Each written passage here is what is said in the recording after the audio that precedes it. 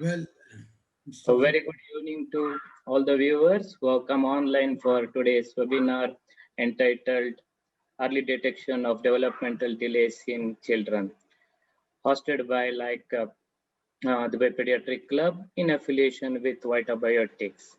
So to continue, I would like to invite Dr. Sohrab, the president of the Pediatric Club, to take over the proceedings and give the introduction to the program. Dr. Sohrab, please. thank you very much, Mr. Tawfiq. Good evening, ladies and gentlemen. I would like to take your permission to share my slide.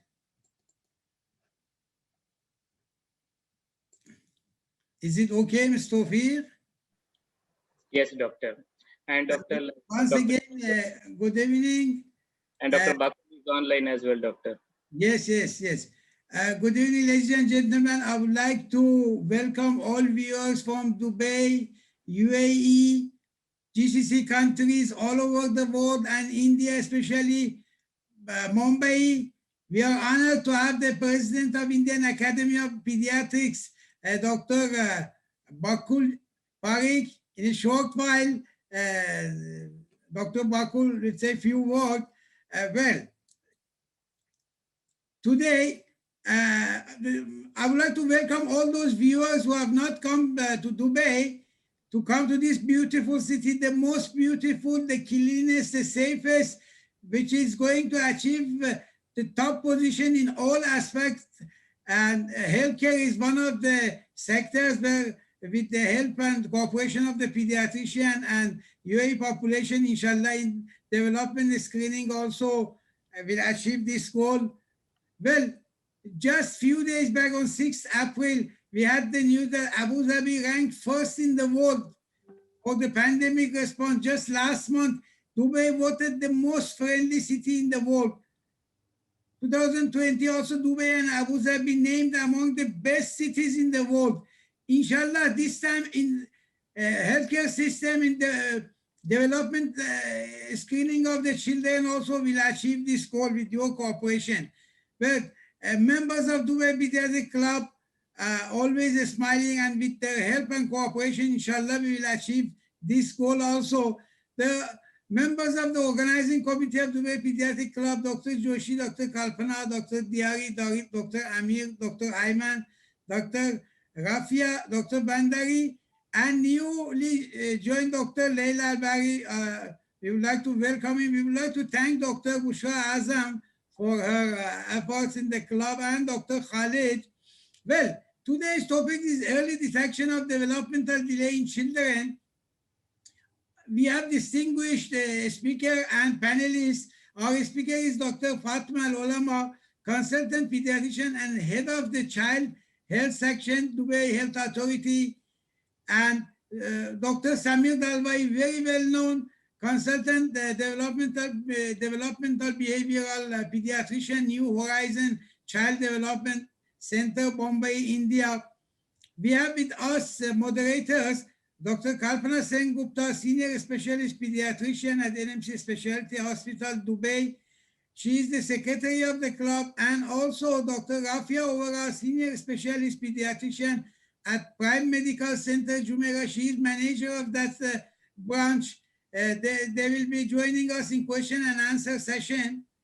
Well, next week we are having a pediatric endocrinology webinar. Dr. Emma Webb from UK will be our speaker in the panel. We are having Dr. Asma, senior pediatric endocrinologist from Ajman, and Dr. Nandu, senior specialist consultant pediatric endocrinologist from Al Jalila Children's Hospital. Well, it reminds me of the Henry Ford's quotation, say, coming together is beginning. Keeping together is progress. Working together is success. Inshallah, all pediatricians in Dubai and UAE, they will work together and make this program of early, the detection of developmental delay in children a success. Well, this is a question for audience, for the viewers. I will give you 10 seconds. Just you have to identify who are these pioneers. So if you want, you can take a screenshot, and after 2 minutes, Mr. Tawfiq will take the answers. Please put your answer in the chat box, and at the end we will announce 3 winners. Well, just very short, in 10 minutes, I'll give a brief history of the child development. I always start with the memory of Hippocrates, the father of medicine, who showed us the way. Jean Piaget is the father of child psychology. He is famous for Piaget theory of cognition. He described all this on his 3 children. And here you are seeing Piaget in a felicitation ceremony. Well, this is Dr. Brazelton. All pediatricians and especially neonatologists, they know him. He's very famous for premature children and newborns. Brazelton charts are very famous. Brazelton pioneered research into the normal development of the infant and young children, publishing more than 200 scientific papers and chapters and 30 books. Brazelton was world-renowned pioneer in pediatric care and child development. This you are seeing the pioneer of Denver Developmental Screening, Dr. Frankenberg and Dot. They from Denver, Colorado. They developed Denver, the DDST. The DDST was introduced in 1967 to identify young children up to 6 years with developmental problems. A revised version, the Denver 2, was released in 1992 to provide the needed improvements. Both tests differ from other common developmental screening tests in that examiner directly tests the child. This is the importance of this, and this is the strength of the if parents communicate poorly or are poor observer. Well, this all of you know, this is Denver. And here is, you see Dr. Arnold Jessel, one of the pioneers who was inspired by Stanley Hall, his guru. Arnold Jessel was one of the first psychologists to systematically describe child's physical, social, and emotional achievements through a quantitative study of human development from birth to adolescence. Jessel development schedule, which can be used with children between 4 weeks to 6 years of the age.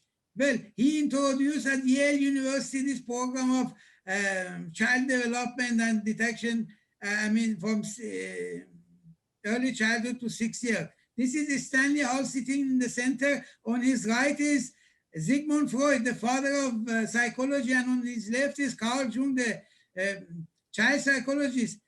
This, all of you must be knowing. This is Illingworth.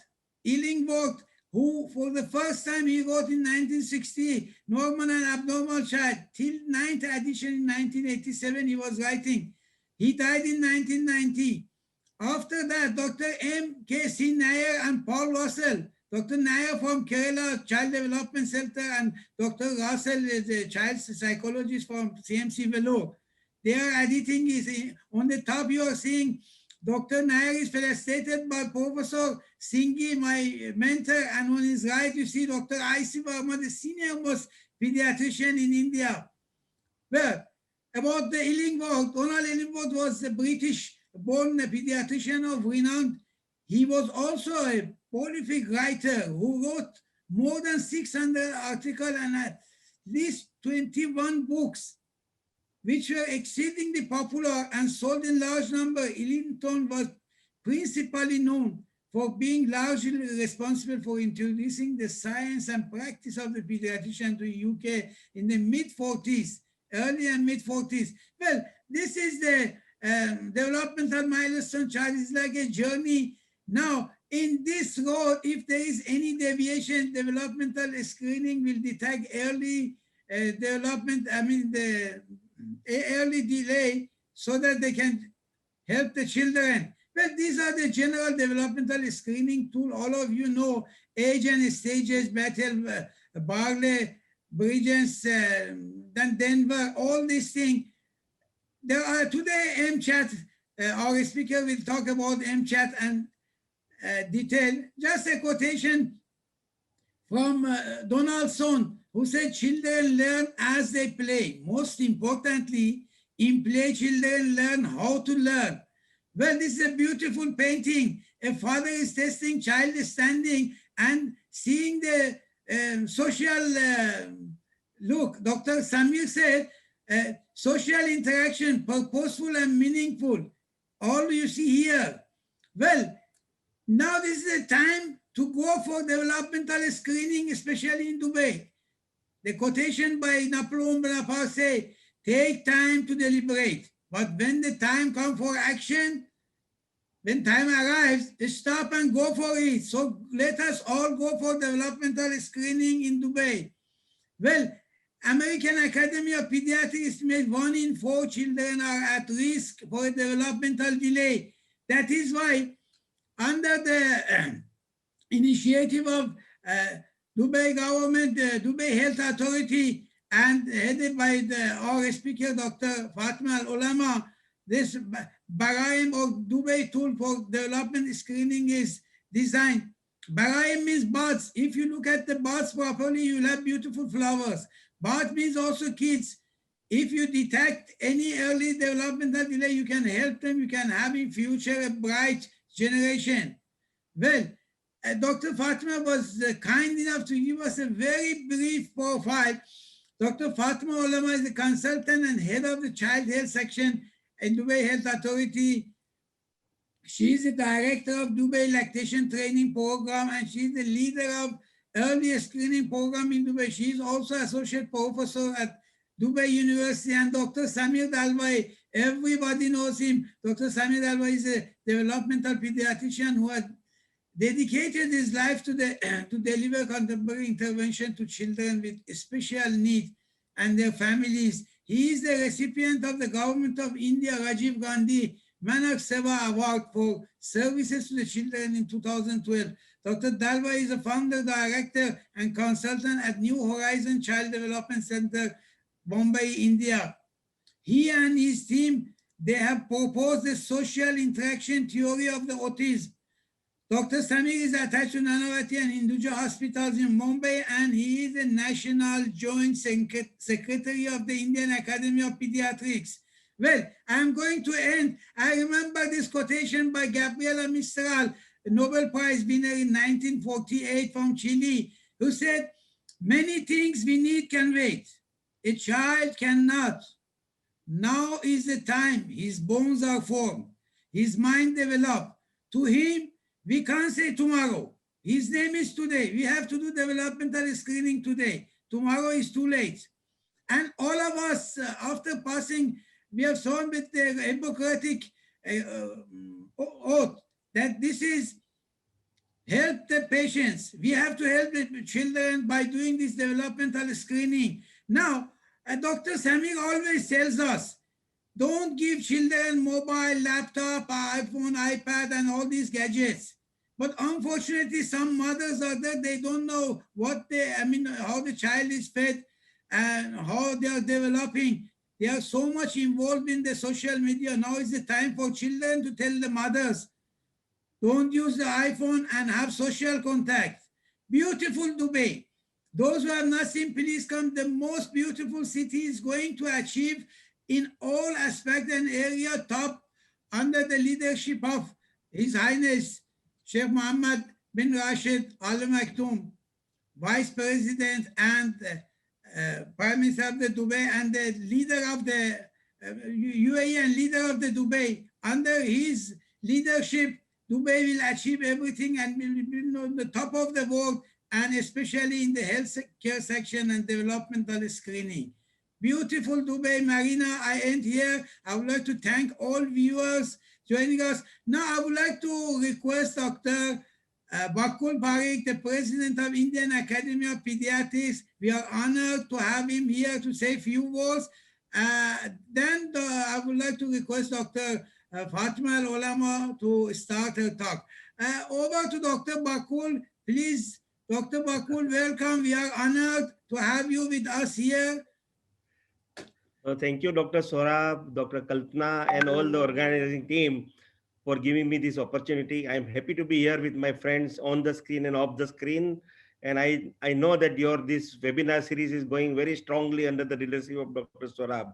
and you have excellent speakers every time. I have attended few of yours past meetings also, and I was really impressed. And let me tell you that India at IAP, we have developed a platform called as DIAP, and we have more than 200 webinars and more than 3 hours of academics, which has been published and edited and there in the library. So I request all of you to become members of IAP, either as a Dubai IAP branch, or we are also likely to open up IAP like associate life membership for all the foreign faculties and pediatricians, so you can take advantage of that. And I wish you happy learning. And I'm sure today's deliberations with my dear friend, Dr. Samir and others is going to enlighten you about how to take care of a newborn. Early childhood development is very important for our future citizens who are supposed to be not stunted and mentally strong. And as you rightly said, that developmental screening has to occur in every place, not only in Dubai. And you can combine this with your immunization chart. So whenever they come for vaccination, you have to do that screening, and that will help you a lot. Thank you very much and happy learning. Thank you very much, Dr. Bakur. We are honored, really. Now I would like to request Dr. Fatima to start the talk. I would like to request the viewers to write their question and answer box. After that, Dr. Kalpana and Dr. Rafia, they will start question and answer. Thank you, Dr. Bakur, for joining us. Thank you. We are honored. Thank you. It's my pleasure. Thank you. Thank you. Assalamu alaikum wa rahmatullahi wa barakatuh. Doctor, you can see my lecture? Not yet, doctor. Can you please share it? Yeah, I share it.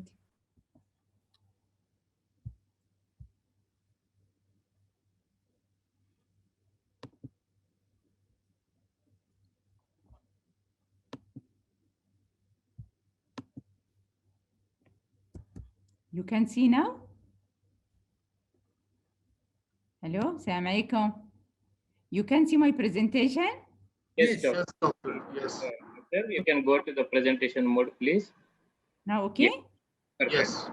Okay, good afternoon, good evening, everyone. Many thanks. I would like really to thank the organizer, the Dr. Sohrab. Really, he gave a nice, very nice topic about the developmental screening. I was really thrilled to hear about Dubai and UAE. Thank you so much. So I am going to just continue what you have told about the developmental screening.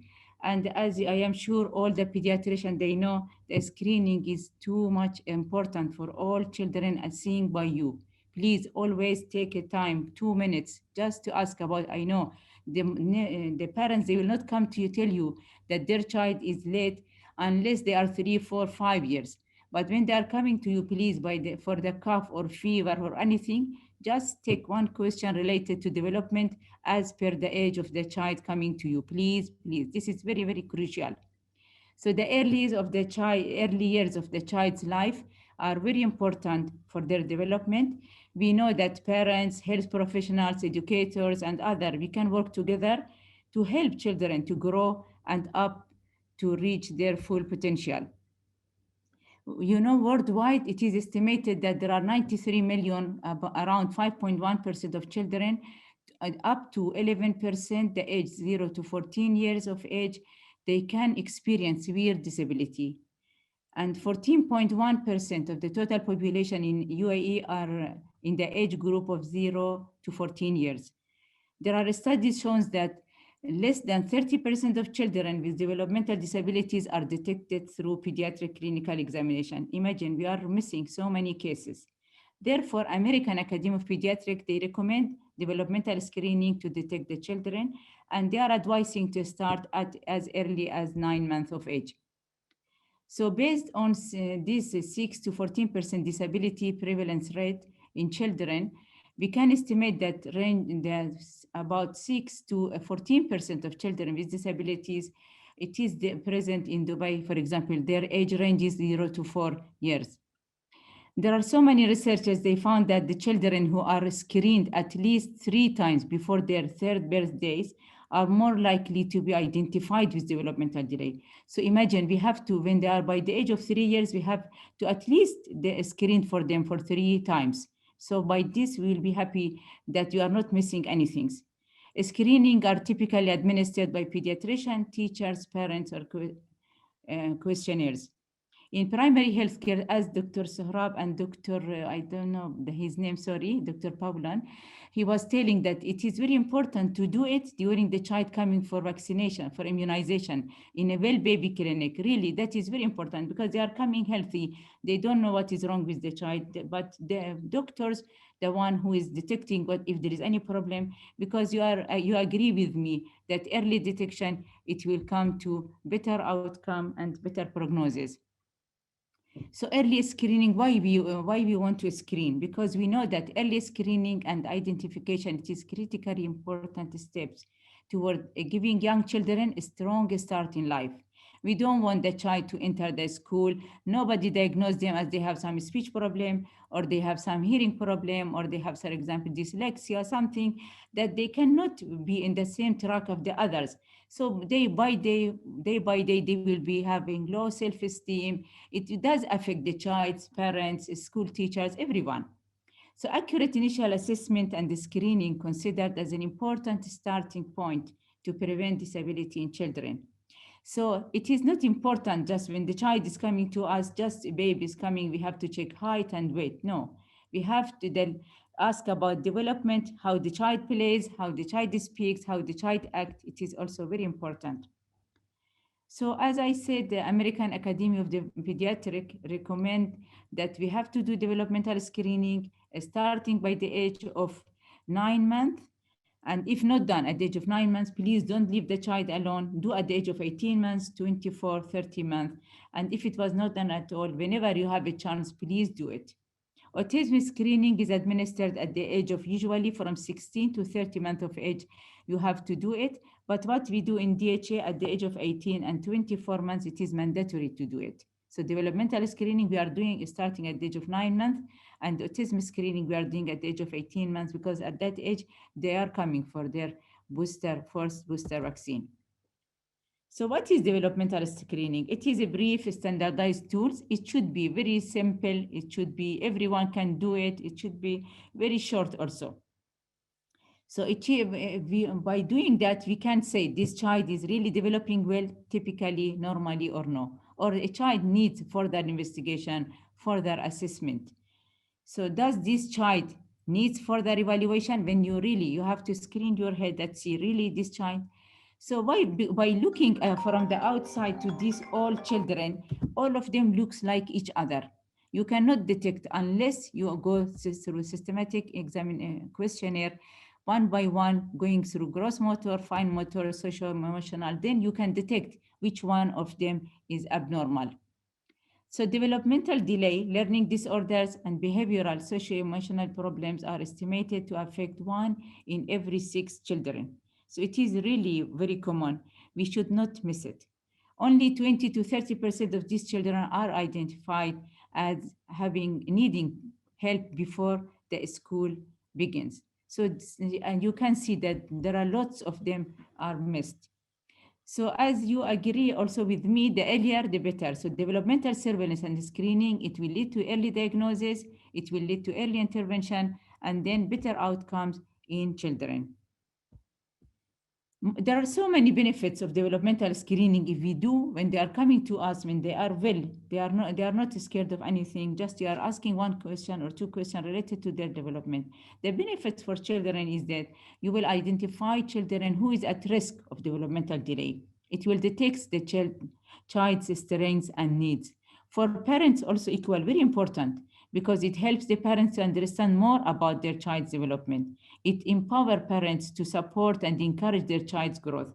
I know so many stories, cases, really, the parents coming to me, they were divorced because none of them know that this child is suffering from ADHD.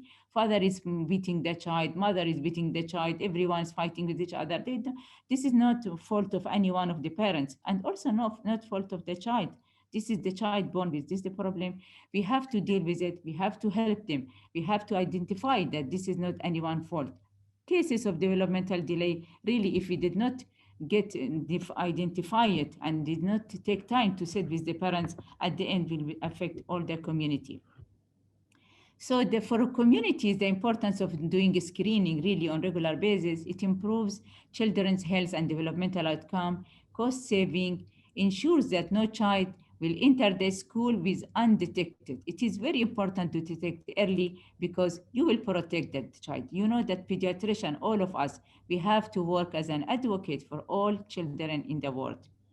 So there are some, it was mentioned that for every $1 you spend on screening and early intervention, you are going to save $7 in future services.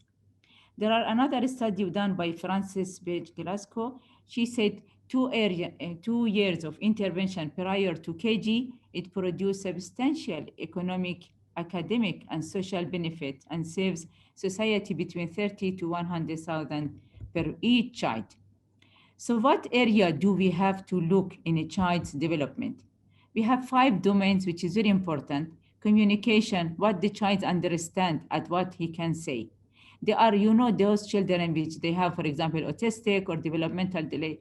They know so many things. Like, for example, they can songs, they can count from 1 to 1,000, but the problem is their communication is not that developed. So this is not important. Sometimes, you know, when we are in a doubt that this child has some developmental delay, but mother will tell you, no, my child is opening the YouTubes. He knows where is which button for what. My child is counting from 1 to 1,000. He knows to sing. He knows I don't know what. But we are sure that there is some problem is there. Usually they deny.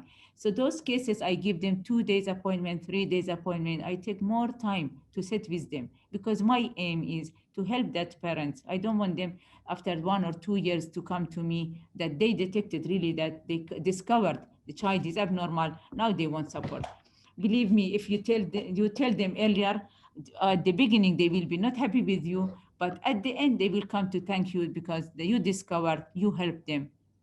The other area domain is gross motor, how the child uses his large muscles for sitting, crawling, walking, running. And the third one is fine motor, how the child is using their fingers, how manipulating objects with hands, because it is important. They can hold the spoon, forks, and eat and play, draw. The fourth one is problem solving, how the child plays with toys and solves the problem. And the last one is personal, social, or socio-emotional, daily living skills. It's very important how the child is eating, grooming, dressing, and how the child is interacting with the others. So objectives of Bahrain, what the Dr. Sohrab, he was telling you, we developed in DHA something called Bahrain, which he told you also, again, it is like buds. So it is called Dubai Tool for Developmental Screening. And another name is Bahrain. The objectives of developing is because, you know, we were buying before ASQ3. It is really expensive because we see, for example, every day 600, 700 children in DHA. So it really cost when the government, he was buying for us. We use it for some times, and because you are not allowed even to do it copy, you have to buy per child and you are giving freely. And then we said, why we don't develop something, it will be related to our culture, it will be simple, our people will understand more, and it will be free for everyone. So the objective was to screen the development all children 9 months to 6 years regularly using Bahrain mobile apps, to encourage parents to do developmental screening regularly using the free mobile application, to increase community awareness about developmental milestone, developmental screening, healthy parenting skills, to identify children who is at risk for developmental delay, or to provide training to the healthcare providers on importance of developmental surveillance, developmental screening, Bahrain application, and managing positive screening, to start early intervention services if any delay is detected, to help the child to join the mainstream school at the time of school entry. This is very, very important to put our aim. Parental guidance and support and addressing their concerns about child's development. So target benefits is for parents, teachers, schools, child, healthcare providers, and healthcare facilities. So Dubai Tool for Developmental Screening, it is a brief questionnaire, 20 questionnaire. It is available in DHA application. Please, all of you, try to download DHA application and try to do it. It is free. And the nice things that you will get a report, the parents will get a report to see if their child is really normal or abnormal. Target infants of children, it is between 9 months and 6 years. at different stage. It is a 9 questionnaire from 9 months to 6 years. And you can see from this screen, it will be in mobile. They can use it, Bahrain. You can see this one is Bahrain Developmental Screening. It is called Monitor Your Child's Development. It accessed through DHA app, which is available both in App Stores and Google Play Store. You can download it. It is available currently in Arabic and English. We are working to have more multinational, multi-language. It will be inshallah soon. We have to create an account using Emirates ID, health card number, or DHA user account, and then sign to use this one. There are some questionnaire which will come to you. Then report is generated instantly, and parents can see the result. The copy of, if the clients or parents they are using and they are clients of DHA, it will automatically be in Salama system, which is our EPIC or electronic medical record in DHA. So the moment you open the file or the doctors who is concerned about this child, we will see in our basket if it is normal or abnormal. So we have 5 questions. It is general question as all other questionnaire, but with consideration of what is expected of children's, their age. Do you have any concern about child's movement, arm, legs, head, or back? The second question, do you have any concern about your child's movement of hands and finger? This is related to fine motor. Do you have any concern about how your child understands? To see how the child is understanding. Do you have any concern about your child's interaction with others? And the last general question is, do you have any concern about your child's learning to do things by themselves, or to see how the child is dependent on anyone? So general question, 5 general question we have, same for all age. The answer is yes or no. If response is yes, it means parents can add their comments or concerns. Developmental milestone questions, we have 5 domains. This is as I mentioned, each domain has 3 questions. We have 3 for gross motor, 3 for fine motor, 3 for speech language, socio-emotional, and 3 for problem solving. All of them very simple. If the parents studied for maybe grade 3 or 4, they can answer it. So it is easy, and a specific question for each age group. This one is different from 9-month age group, is different from 12 months, because as you are aware, their development will be different. And answer to each one is yes or no. So you can see here, when they open the Bahrain, it will ask them, they need authentication, and then they have to use password. They will develop for them account, and then they will write their email or anything. Then they will go to another screen, which that you have added, the child added already successfully, and then the Bahrain question will be open. Then the parents, they will answer the question one by one. Before, they were coming to us, we used to give them in the waiting area, they used to fill it. But now they are doing at home, because we send them SMS message that 3 or 4 days prior to their visit to our health center, that you have to fill Bahrain Developmental Screening Tool, your appointment, for example, on 13, please fill it before you reach the clinic. So they will do and coming, instead of waiting in the waiting area, and do it at the same time. So each question, they will fill it. You can see, do you have any concern about this is the general question. And then they will go to find each one a specific question. And then after they finished all the answer, this answer, you will see this screen, it will show them report, okay? So this one, your child, it will write for them, your child is normal, or you have to go to your pediatrician, or you have to repeat the screening after 2 to 3 months. It is very nice. And then they will ask them, you want to send it by your email to your doctor or yourself or anyone, or by WhatsApp or anything. So it is a really nice one. And the age range, as I mentioned, from the age of 9 months till the age of 72 months, from 9 months to 6 years. And if they have premature children, it will adjust for prematurity for children under the age of 2 years. And if they are for 3 or more weeks premature, for example, they will be born at the age of 37 weeks gestation or less, 36, 35, 34, it will correct for them. It is very nice. It will subtract for them, and then it will tell them what is your corrected age and what is the chronological age. So developmental screening scoring, we say that general questions, it will be yes in one or more question. It means there is concern. If it is no, it means there is no concern. And then if it score in each domain separately, domain score range from 0 to 3. And interpretation, the cutoff point is a score 2 in each domain. If it is 2 or 3, it means pass the child normal development, so it is negative screening. If the score is 1 or 0, it means the child is failed, and it is positive screening, we have to act again.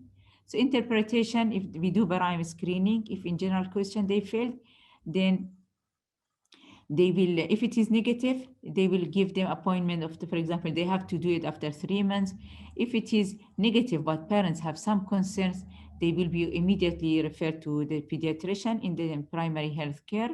If in any domain they are negative, again, we ask them to do it after 2 to 3 months. If it is positive, a score 1 or 0 in any any domain, we will label them as a positive, and they will be seen immediately by pediatrician. This one you will see, they will see it, that whatever you mentioned, it appears that your child is normal.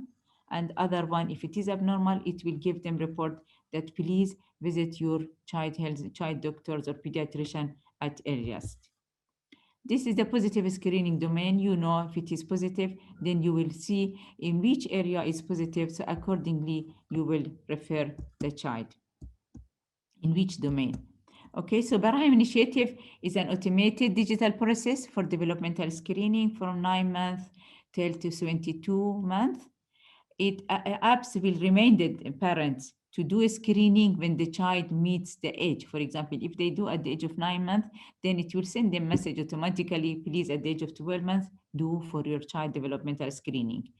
And parents can evaluate their development of their children. It is a regular screening for all children registered with apps.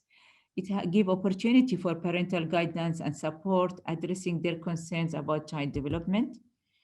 So Bahrain initiative, early detection of developmental delay, early assessment by pediatrician, provide opportunity for parental guidance and support, early referral of intervention.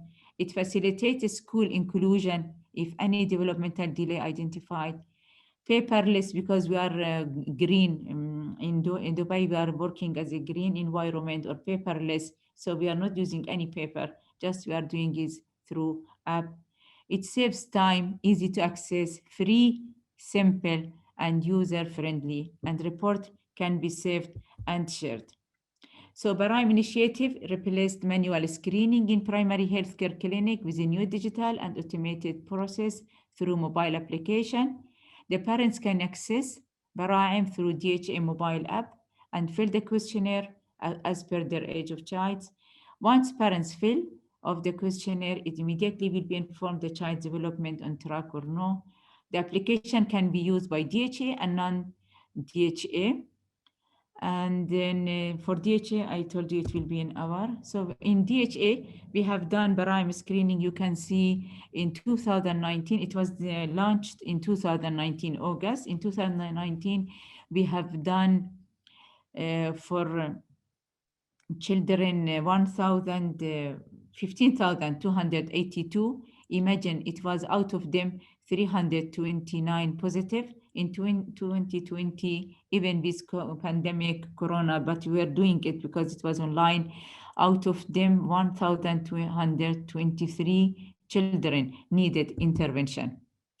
And another one which we are using it, MChat. I will not tell you detail because I'm sure you know about it and we have to listen to Dr. Samir, so I will not take your time. What we are doing for autism screening is mandatory to do for all of us at the age of, if the child is coming to us at the age of 16 months, we will do in the other clinic, not Will Baby Clinic. But if not done, it is also in our Salama system, MChat. We have this one approved, and we have agreement or from the authors that we can use it, we can put in our Salama system in electronic medical record. Also, they gave us permission to put it in our mobile DHA app.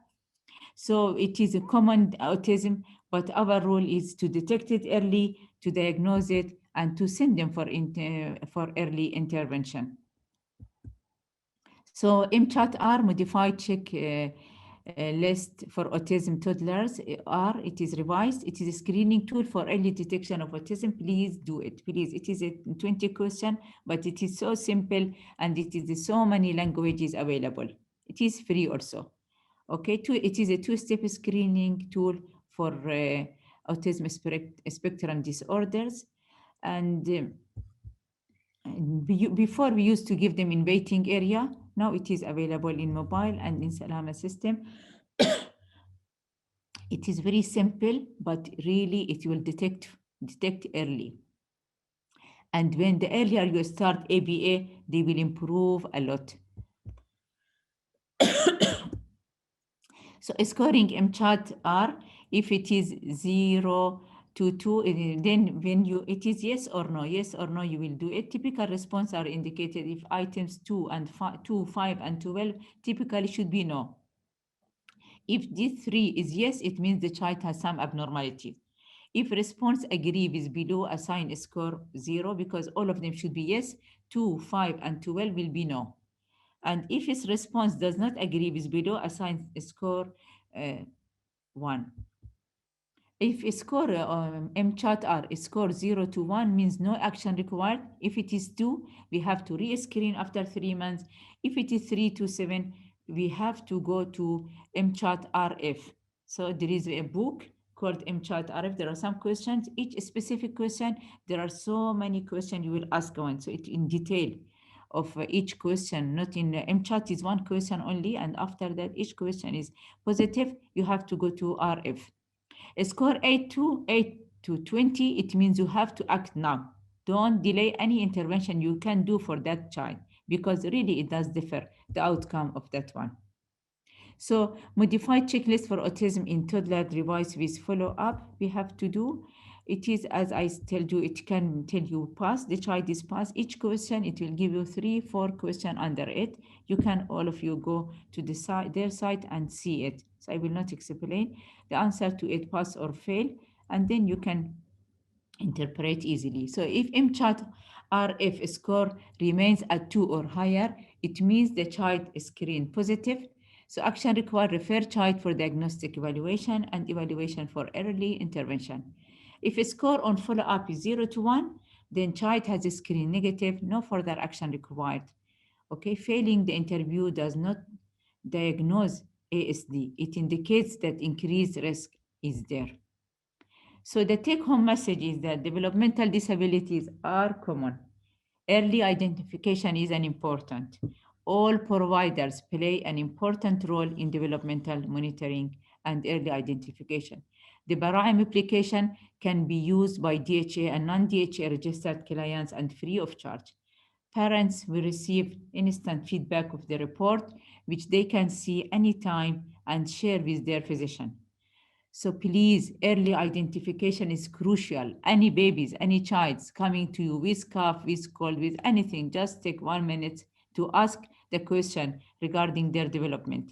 Early action, assessment and treatment, improved outcome, and it will, we know that the child will be in the normal. Just, I will tell you one few words, Dr. Sohrab, if you allow me, I will just tell them about card. So suppose you diagnose the child, please, if you are living in UAE, in UAE, His Highness Sheikh Hamdan bin Mohammed bin Rashid, he announced in that 2020, that Dubai will be friendly city for people of determined. We don't call them the disabled children, we call them people of determined. And they have their right to live like the other children. So those children will have Senate card. To have the Senate card, please, if you have child, to have a Senate card, they need medical report from government. Every week I write maybe 9-10 medical report for those children. Then they will go to Community Development Authority. They give them the medical report, they will give them Senate card. This Senate card really has so many things. They can go in municipality, they will give them so many things free for their parents. The SALIC will be free for them. So most of the park, Children's City, Safari, so many things will be free for them. If the parents, they want to register their car, it will be free for them if they have Senate card. so many things in police, in Dubai custom, in اتصالات 50% will have a discount. In airport, they have a free parking. They will give them the priority for finishing their anything if they are waiting in the truck. They have a special reception. Also they will give them 50% in this monthly registered, I don't know, something in the water, electricity. They have so many things, I don't know, registration, so many things. And also the nice things for treatment, for a sport, for so many things. They have lots offers for those children who have a Sanat card. The most important for us, because when you diagnose, you don't know where to send them for management, for treatment. There is some center called Dures. They give them 50% all services for disability for people of determinant. The Sunshine Center, they will give them first consultation is free to diagnose the child, then 20% in each treatment if they are need. There is another center called Stepping Stones, also 20% in all the treatment for relative the child of the pediatric or of people of determinants. Another center called Hope Application Medical Center. There are so many services, have occupational therapy, I don't know, 15%, speech therapy, physiotherapy, so many things. There is another called Taqarub. So many. So you can, I will send the link to Dr. Sohrab. He can send it to you. Saudi, Germany, Almany, they will give them 50% and so many things in diagnosis, investigation, and then 30% for their management. In Sharjah also, in Zahra Hospital, Dubai private Zahra, they will give them a special discount card. In each one, they are going to pay for so many things. Emirates Complex, I don't know. NMC also, it is written. Good, Dr. Sahra, maybe you are aware or you don't know. Thank you very much. It's You gave written us NMC a also. lot of information even we didn't know. So many. So I will send you this link, doctor. You can give to all your doctors. So why not to give this option or offer to our children who they have? So so many area they will give them, even perfume, makeup, so many. I cannot read it because it's very long. Even banks, so many restaurants, so many area when they have this card. So it is really good. Why not to get benefit these children? Thank you so much, Dr. Sahra, for giving me this opportunity. We are happy to hear anything, question, or after Dr. Samir's talks. I am really happy to hear about Dr. Samir because last time when he presented, it was very informative, excellent presentation. Many thanks. Thank you very much. Thank you very much, Dr. Fatma. It was an excellent presentation. The information, it was really very good information, even for the doctors also. If you send me, I will share it with all pediatricians in the UAE. Thank you very much once again. I would like to congratulate you. We are having a large number of the viewers, not only from UAE, from all over the world, especially India. All they are listening. Now, before Dr. Kalpana and Dr. Rafia, they start the question and answer, I would like to give an announcement. This webinar is organized by Vita Biotics. I would like to thank the country business manager of this company, Mr. Tawfiq Ali, who has been always supporting Dubai Pediatric Club for years. We are grateful to him. He will show a very brief video for 2 minutes till Dr. Kalpana and Dr. Rafia, they prepare the questions. And here I would like to take this opportunity to wish all Ramazan Kareem. Inshallah, everybody will be in a good health. So, Mr. Tawfiq, please start your video. Then I will request Dr. Kalpana and Rafia to start the question and answer. Over to Mr. Tawfiq.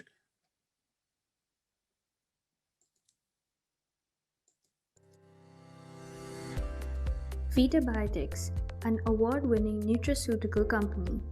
It is the first nutraceutical company to complete 50 successful years. Well Baby Vitamin D3 Drops is a unique vitamin D3 supplement in an olive oil base. No peanut oil, no castor oil like other formulations. Well Baby Vitamin D3 Drops provides 400 international units of vitamin D3 in 0.5 ml and 800 international units per 1 ml, devoid of any artificial flavors and colors. It contains no artificial sweeteners. Suitable for vegetarians. Suitable from birth onwards. It contains easy to use measuring syringe. Well Baby Vitamin D3 Drops is covered in all insurances including PCP RN3 and Abu Dhabi Basic Plan. Well Baby Multivitamin Drops is the ideal supplement formula for babies from 1 to 12 months. It contributes to normal cognitive development of babies, supports normal growth and development of bones in babies, helps to boost immunity in babies. It is an appetite enhancer, supports overall health and wellness in babies, contains no artificial colors or sweeteners. Dose. For babies from 1 to 12 months, give 0.5 ml twice daily. Vitabiotics is proud to present the comprehensive multivitamin formula for babies aged 6 months to 4 years, Well Baby Multivitamin Liquid. It contributes to normal cognitive development of children, supports normal growth and development of bones in children, helps to boost immunity in children, provides required nutrients for picky eaters, supports overall health and wellness in children. Dose. For 6 months to 4 years, give 5 ml daily, 1 teaspoonful. Well Kid Omega-3 Chewable Capsules. Vitamin D helps in increasing the immunity. Omega-3 improves concentration and attention span. It builds eye health by improving tear stability, optimizes the brain functions, boosts the synthesis of dopamine that helps in ADHD symptoms, acts as an anti-inflammatory source. The dose is 2 capsules daily for kids aged between 4 to 12.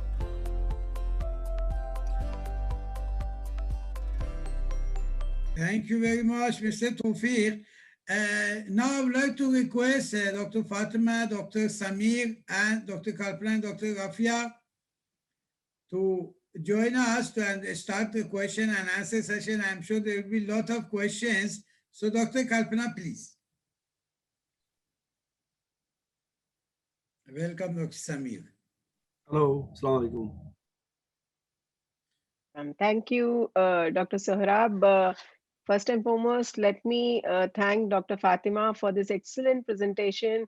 And it is always good to know the local data. So for the first time, we've come to know the incidence here. The tremendous work that has gone into making this app is really mind-boggling. And the app definitely is so useful that the first 2 questions that are there from the audience is whether they can use this app from outside UAE.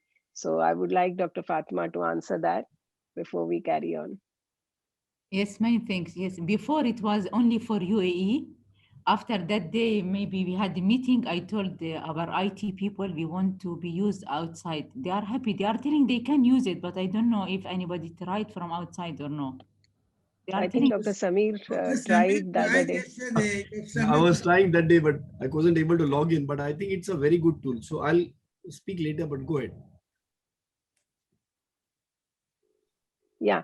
So I think what is needed, as Dr. Samir told us, is that they need a UAE phone number to log in. Yeah. Yes. So probably the IT can work on that and put some other identification, because it's not only for picking up the children who are here in UAE or giving them the required help needed, but it can be used by anybody all over the world if that provision can be made. So yeah, I would request Dr. Samir now to give his feedback. What does he think about it?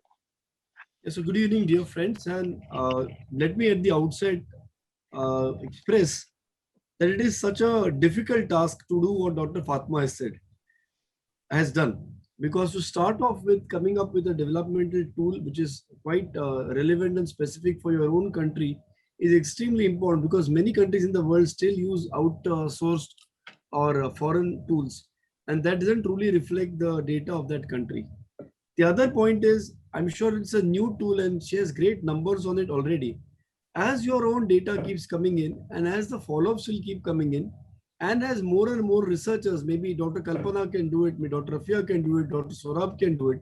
As you validate it more and more in your own institutions, your tool will get even more and more powerful. So I'm sure you already have an artificial intelligence to just tag to it. So if that also is tagged to it, it will automatically build up on its data.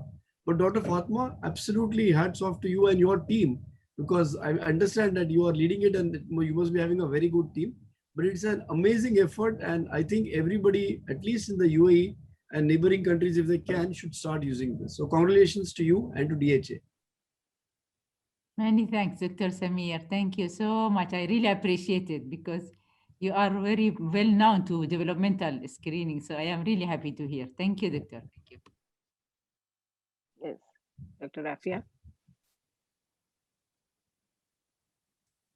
Okay,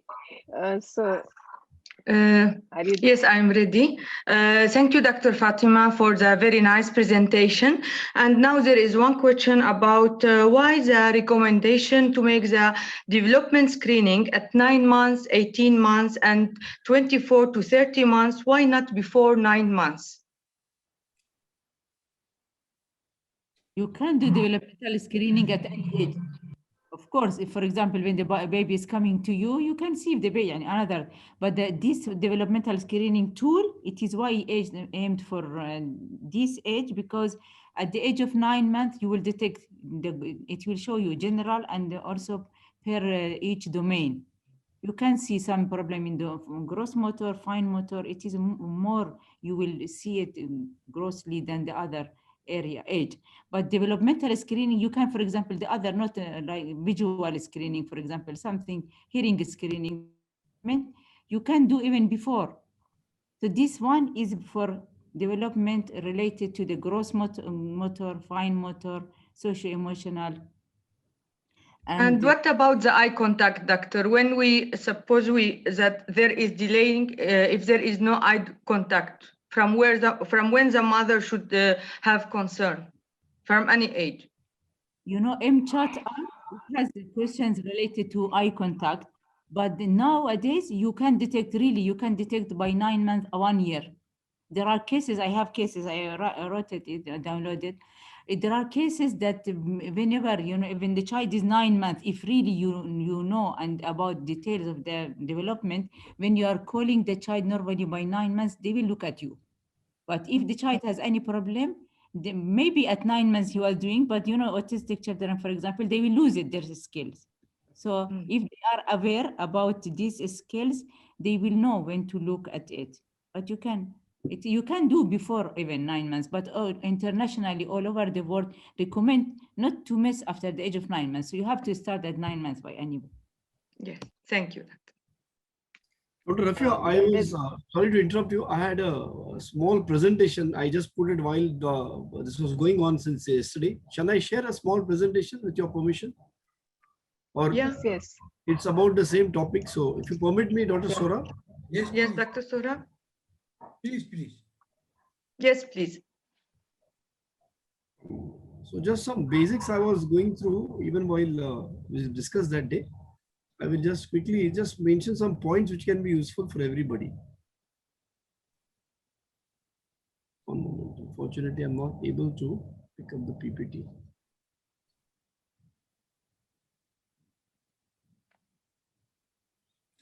Till Dr. Samir shares the screen, if there is anything question to Dr. Fatima.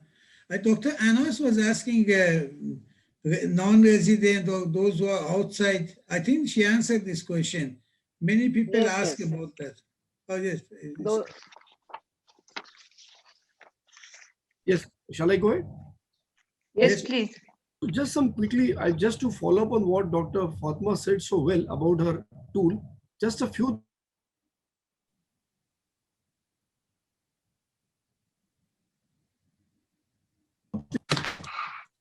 You are interrupted, Dr. Samir. Yes, so I'll just quickly share some few things.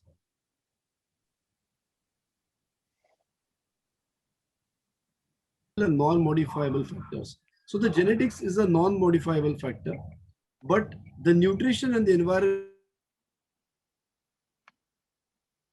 Your voice is interrupted. We can't hear you.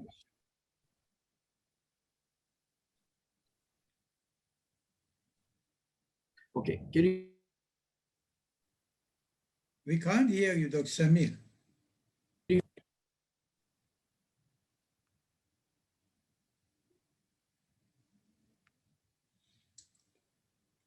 Dr. Samir, if you tell us, if you can read from the slide and tell us, because your voice is interrupted.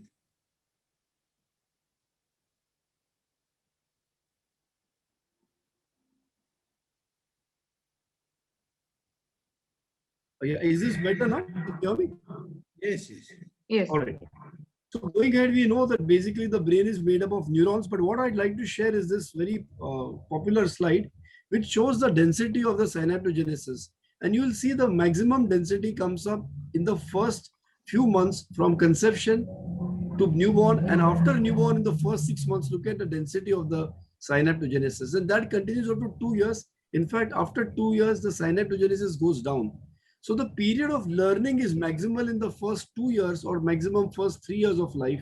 And that's why early intervention is very important. As we know, development starts right after conception. But here's a bit of a concept that I wanted to explain.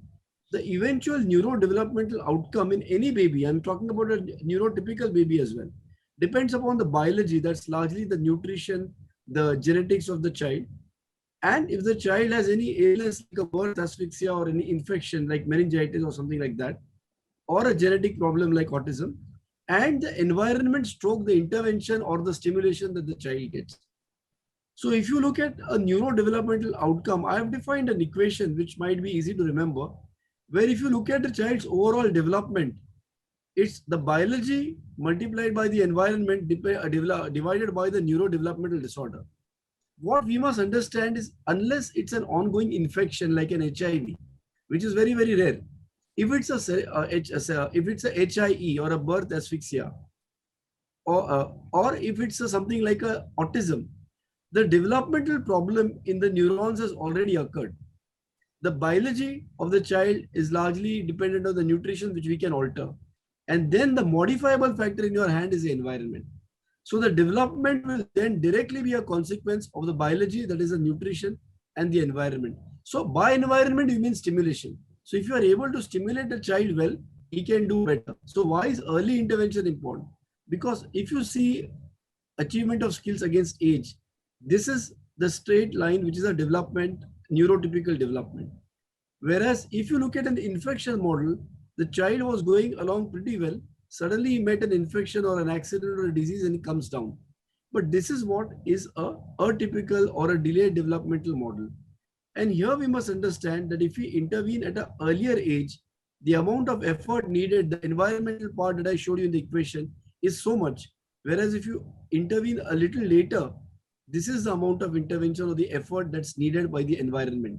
Environment means what all of us do to help the child come back on track, all the therapy, all the intervention, everything else. Which is why Dr. Fatma made that very compelling case for an early diagnosis. Now look at the number of children that we may have, but unfortunately, look at the average age of diagnosis. And these are data from 2013 to 2016, not very long back. The average age of diagnosis of the children at New Horizons in Mumbai, in a city like Mumbai, was after 6 years of age. So this is not a very good sign that Dr. Fatma described is so important to be used. So going ahead, like I said, rapid brain growth requires nutrients, what we spoke about, and also sensory stimuli. When we talk about the social communication developmental milestones, what we must understand is it's a step by step. It's just like sitting, standing, walking, and running. It doesn't start with speech. Unfortunately, people think speech is the first milestone. But as somebody rightly said, now it starts with social interaction. Then the child learns social behaviors. This happens perhaps in the first 2 months of life, then the first year of life. 10 to 11 months, the child starts communicating non-verbally. Then by 1 year, 1.5 year, 2 years, start communicating verbally. And about 4 or 5 years is ready to start with reading and writing.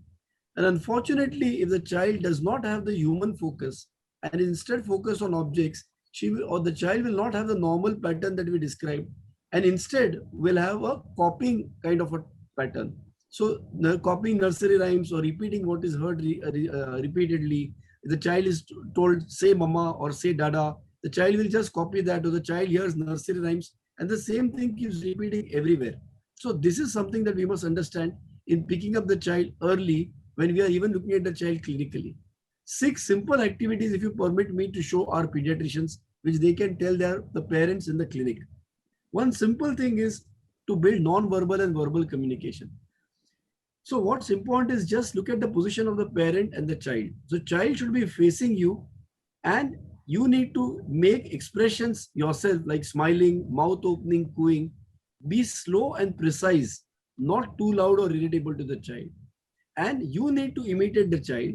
Let the child give time to understand, and the child will then interact and start copying you. So this is one of the first things that we can tell the parents what to do.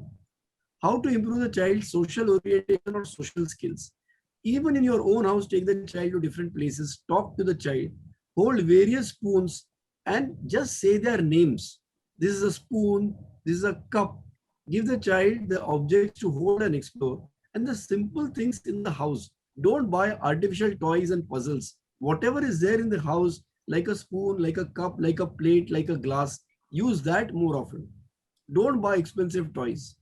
Again, to encourage communication, look at the position of the parent and the mother, or the parent and the child, and look at the expression. Both of them are having fun. Don't make learning a very tedious, serious experience. So point to your body part, for example, nose, and say nose. Take the child's finger to your nose and repeat the word when the child touches your nose. Then take the child's finger to his nose and repeat the word. Most important, keep doing it again and again and again. If the child gets distracted, bring his attention back. It has to be done very playfully and gently. Again, for motor skills, so the same thing, we are exploring activities.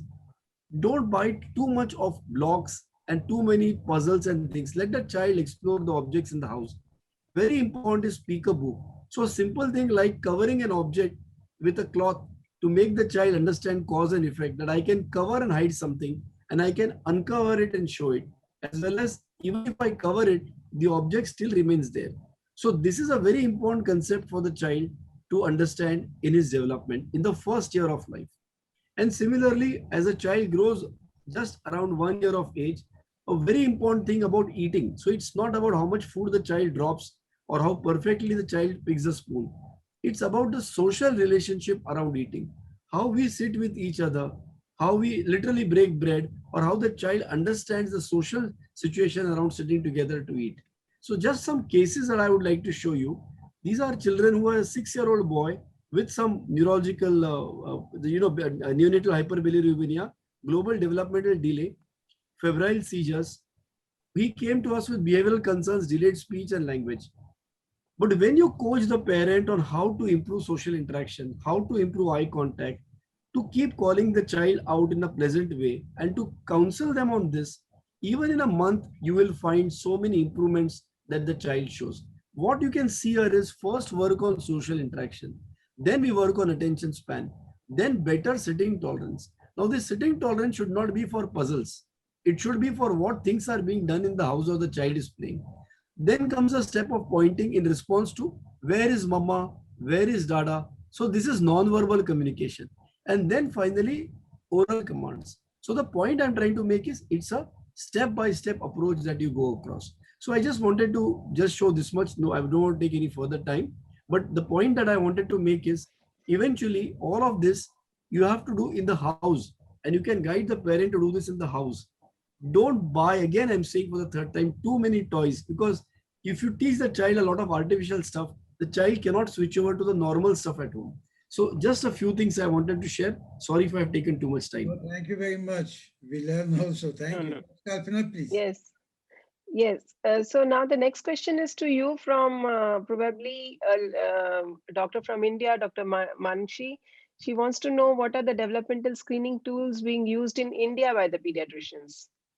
Right. So there is no one particular tool that is used by everybody, as we discussed that day, Dr. Kalpana. So for example, there is a set of tools from INCLEN, that's from Delhi, the north of India, as well as there are some tools from Trivandrum, and Dr. Saurabh showed Dr. M.K. Sinha's photograph.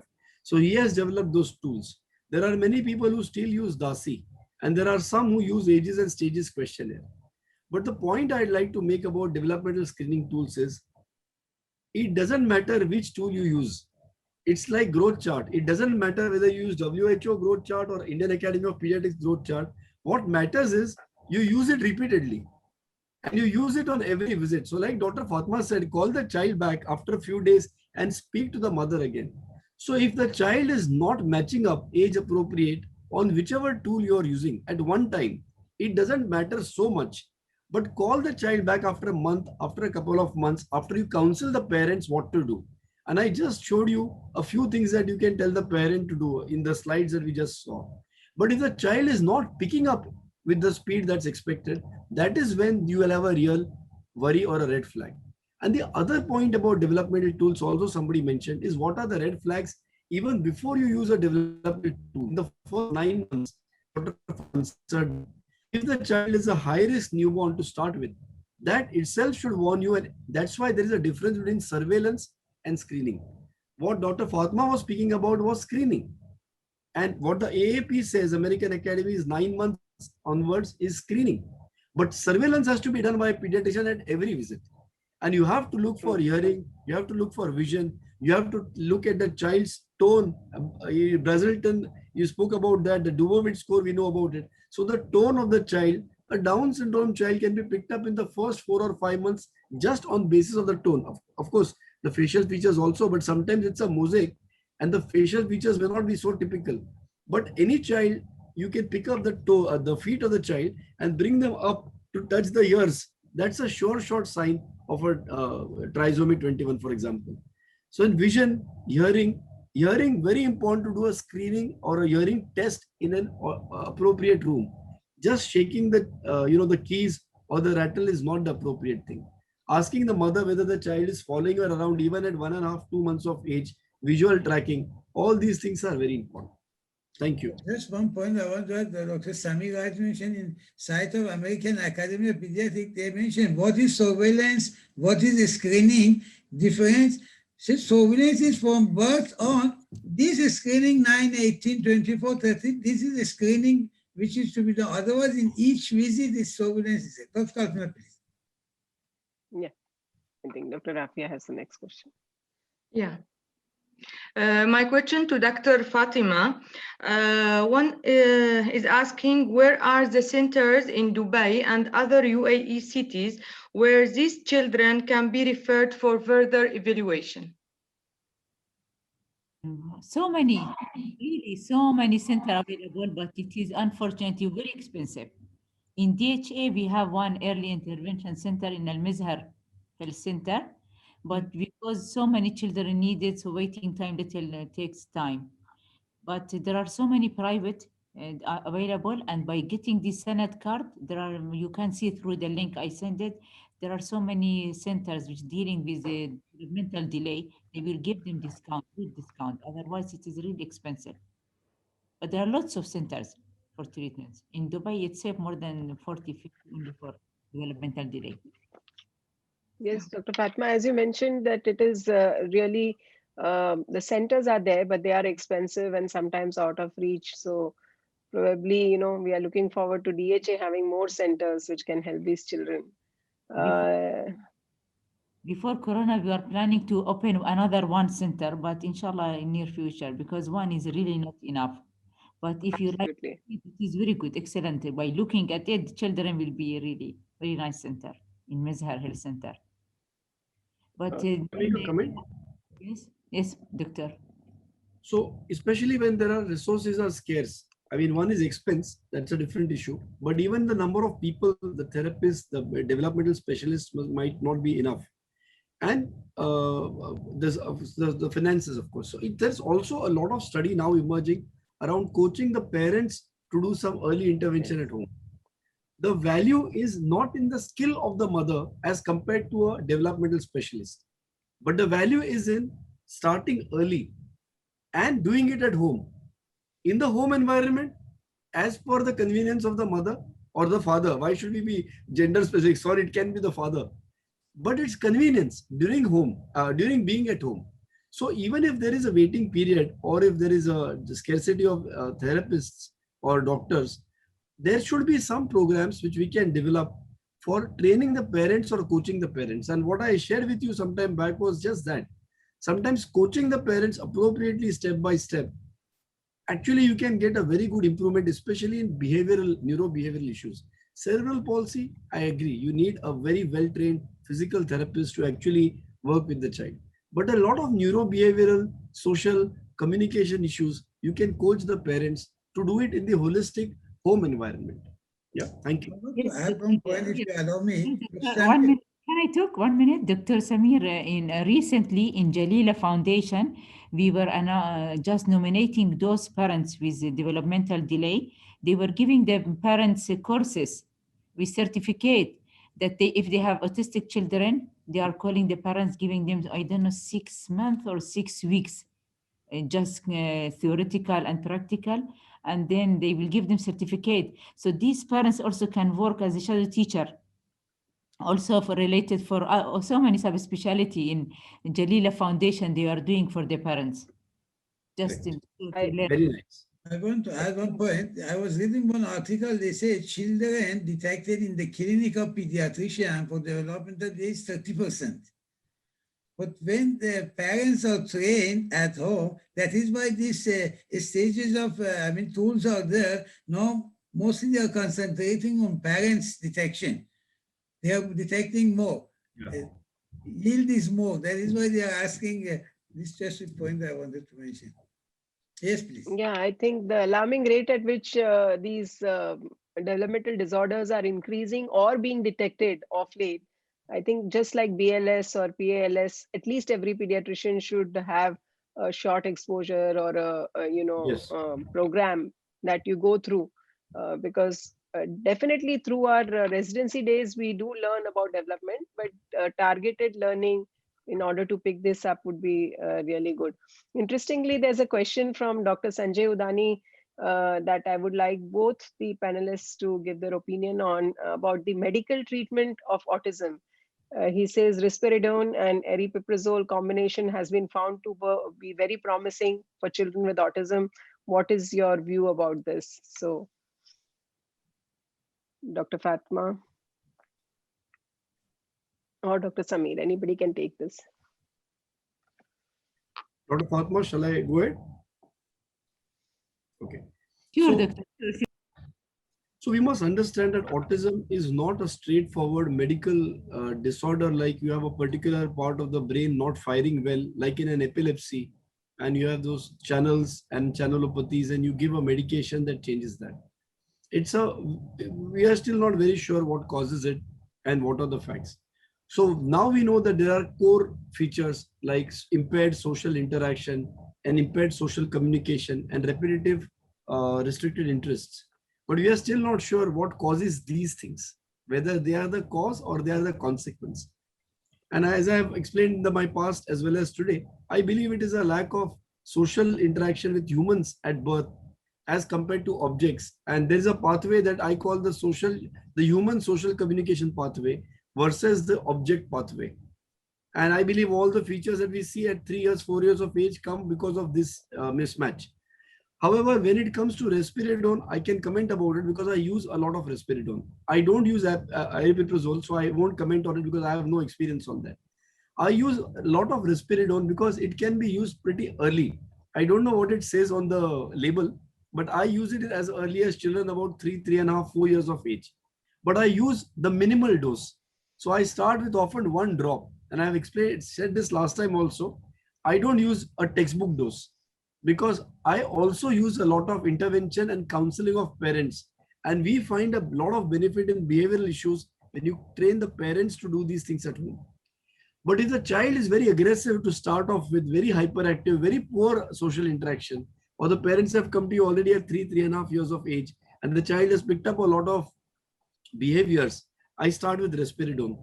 The trick is to start it in a small dose in the evening. Sometimes some children have a lot of drowsiness about it. Sometimes children get some reaction to it in terms of, or side effects in terms of increased appetite, but that's again at a higher dose.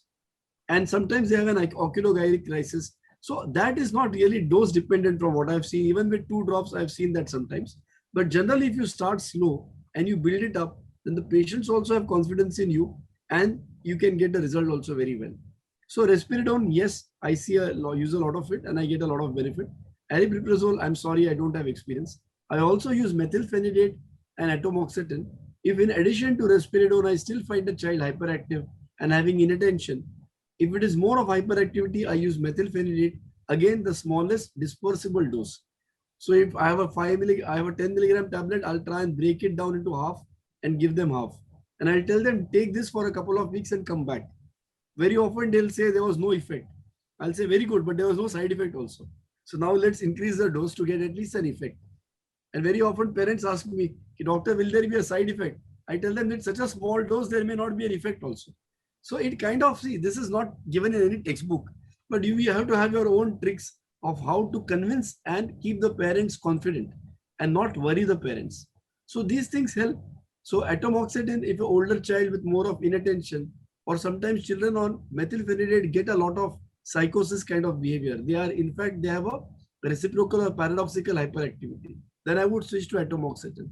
And finally, I use fluoxetine for repetitive actions or repetitive behaviors, which I believe are because of anxiety. And fluoxetine also we know acts for anxiety. So again, a low dose in the evening, the least that you can start with. So that's my experience. Correct. So basically, I mean, we can't rely on these drugs alone, but they can be useful adjuncts if used judiciously. Especially there are comorbidities. It can help reduce the comorbidity. Right. Okay.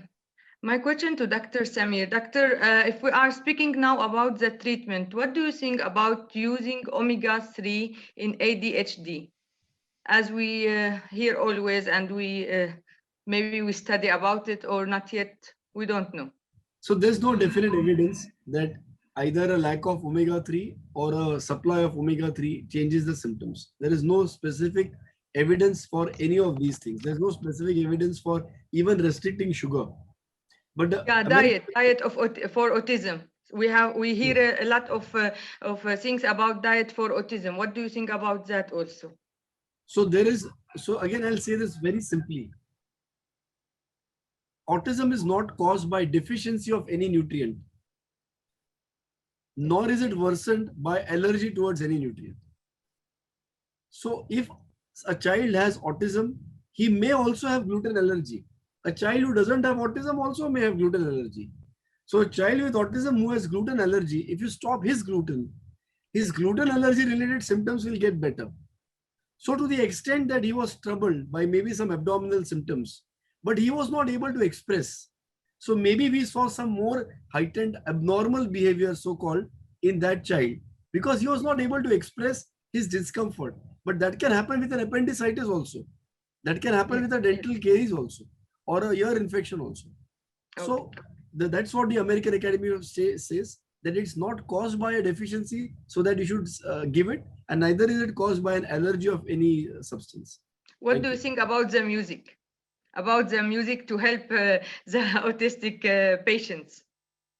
I think children with autism, like I mentioned, again, my belief is that they have a lot of pattern learning, because they, I believe, learn from objects, and all objects are in patterns.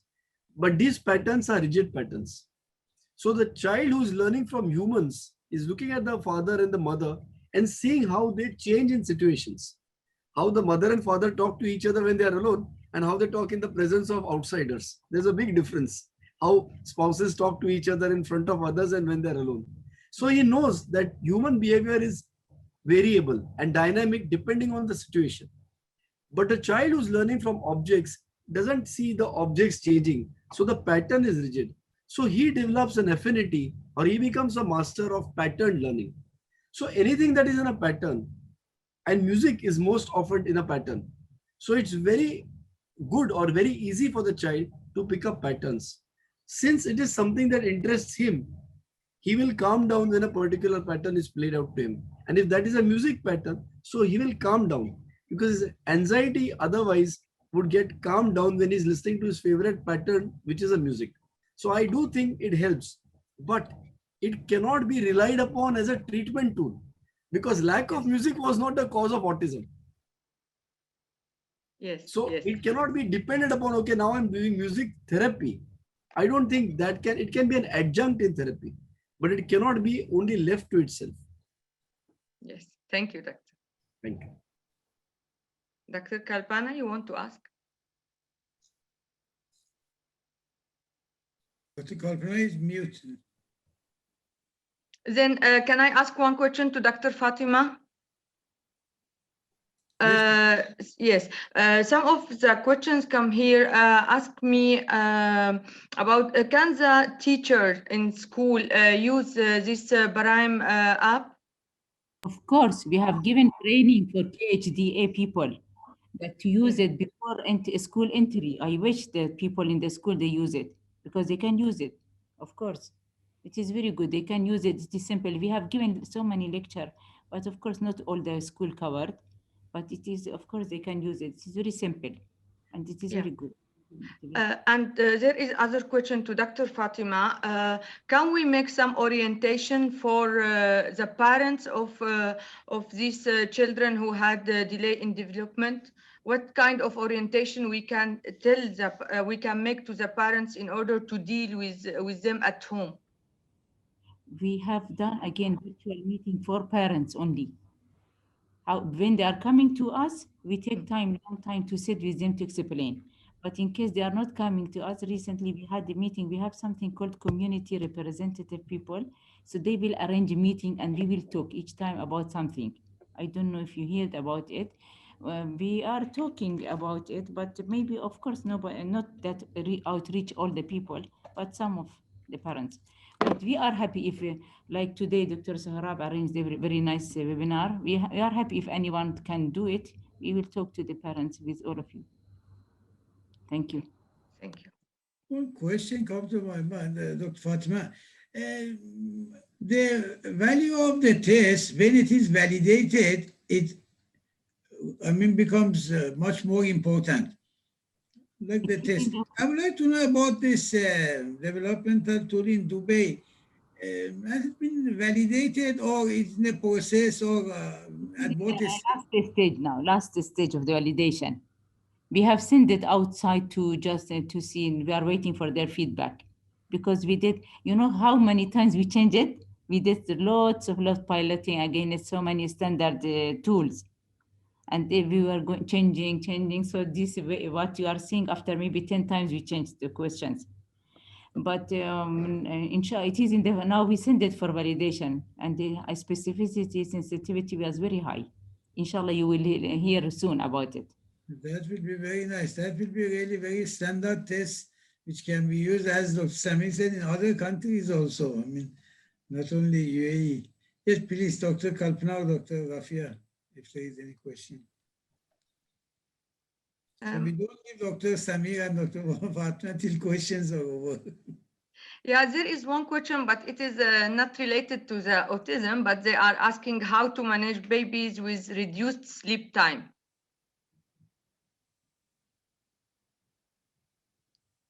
Can I answer? Yes, please, doctor. Yeah, very, very good question. So what the question probably is about babies who are fussy about sleeping, or who have problems with falling asleep.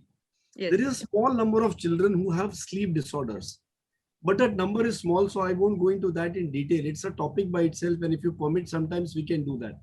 But a large number of children have problems with sleep because of the training kind of to be given to them, because sleep hygiene is something that has to be taught.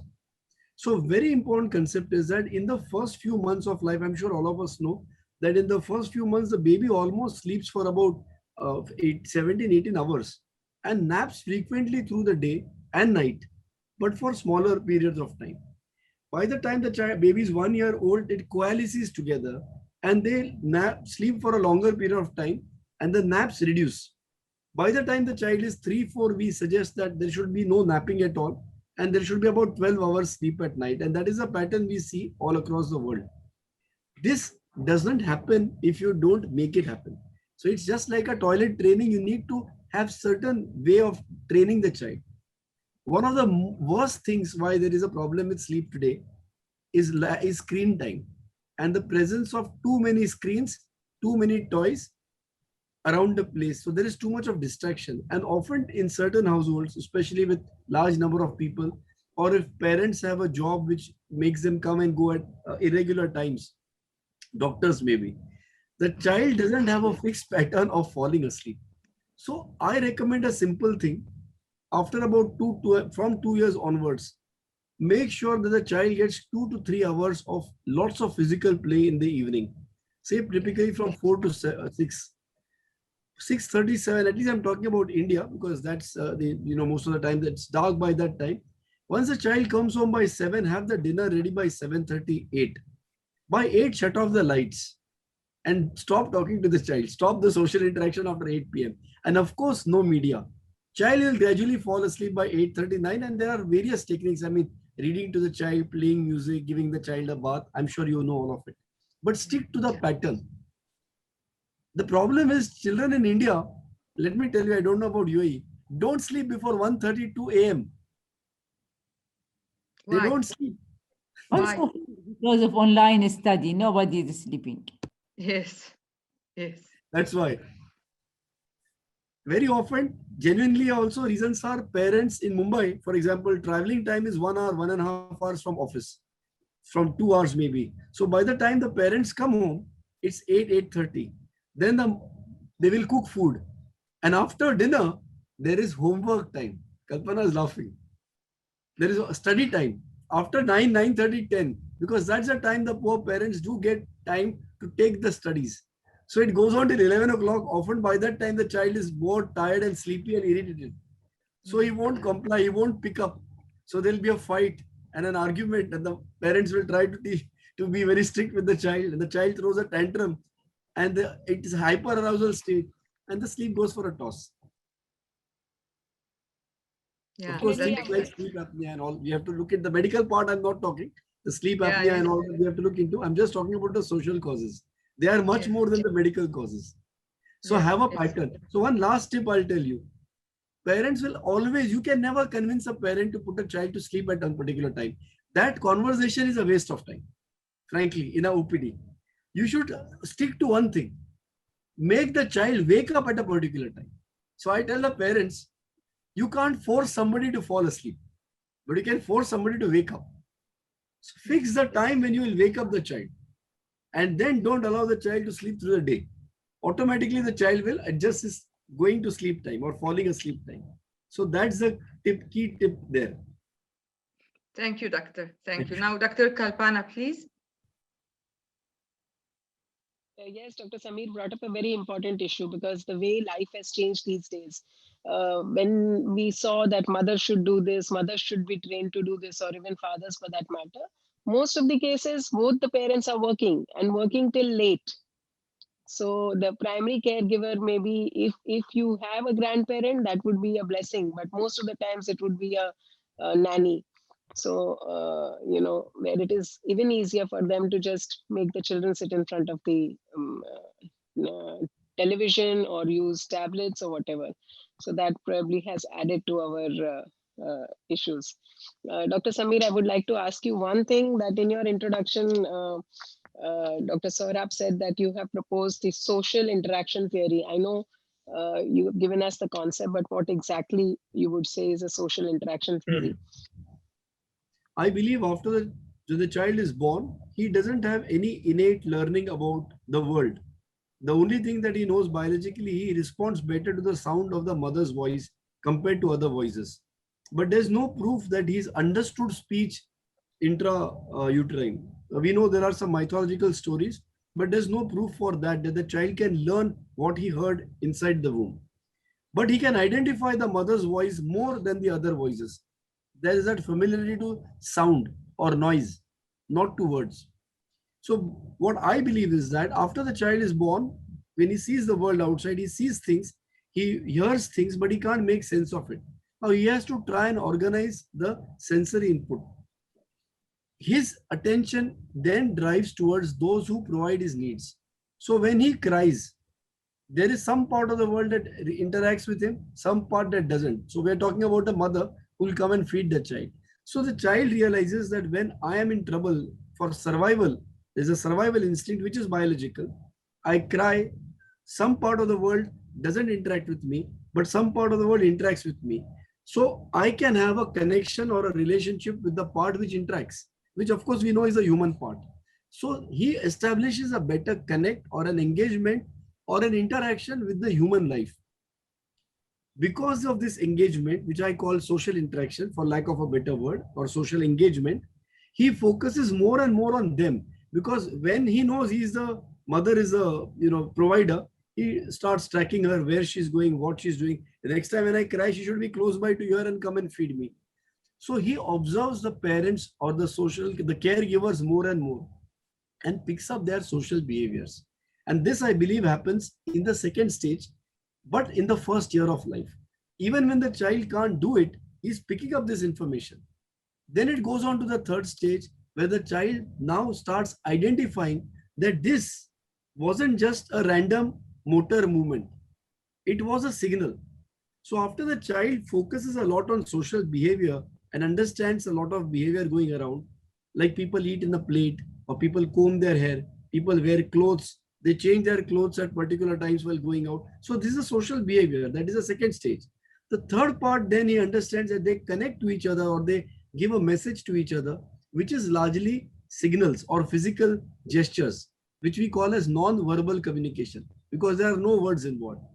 But after mastering this, then the next step is he understands along with this, there was a sound which was bye-bye. So he understands that a sound bye-bye is also a signal. Just like this is not just a motor movement, the sound was also a signal or a message that I'm going away. So that is how verbal comes in. Verbal receptive first and then verbal expressive.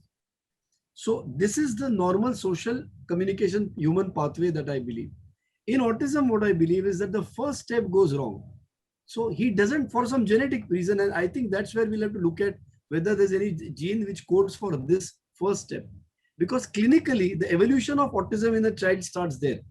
Because if he doesn't focus on humans and he doesn't make that switch between the living and the non-living things, then he's going to be attracted more towards the non-living world, because that's much more than the humans. So he gets more and more attracted to the objects. And then, like I said, objects are in patterns, but rigid patterns, unlike human, which are always dynamic.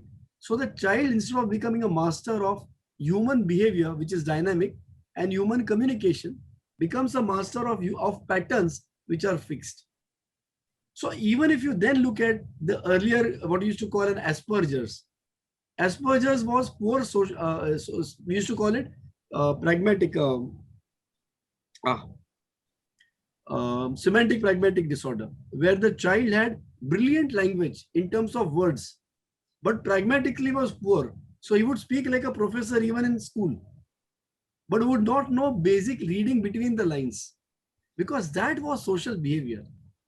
He picked up language because of his repetitive skills. So even the high functioning autisms, they picked up language, but they were very good in physics. They were very good in maths. So they were the typical absent-minded professors. They were good in subjects which had patterns. They were masters at physics, masters at chemistry, but they were not masters at humanities. Humanities were the guys like us who talk a lot, because that's language driven. Are you getting what I'm saying? But in a classical autism, what happens is that the child doesn't learn social interaction, so doesn't learn social behavior, doesn't learn communication. Unfortunately, parents pick up only the speech. So the moment they realize that the child is not speaking, they will intervene at the stage of speech. And they will intervene by doing, say mama, say papa, say mama, A, B, C, D, 1, 2, 3, 4. Now this, the child picks up as a pattern and repeats, which we call as echolalia. So it's seen as a success. Oh, great. I can train my child by teaching him speech by being repetitive. But that's not speech. He's just being echolalic. Unfortunately, what happens is you miss out on the first stages forever.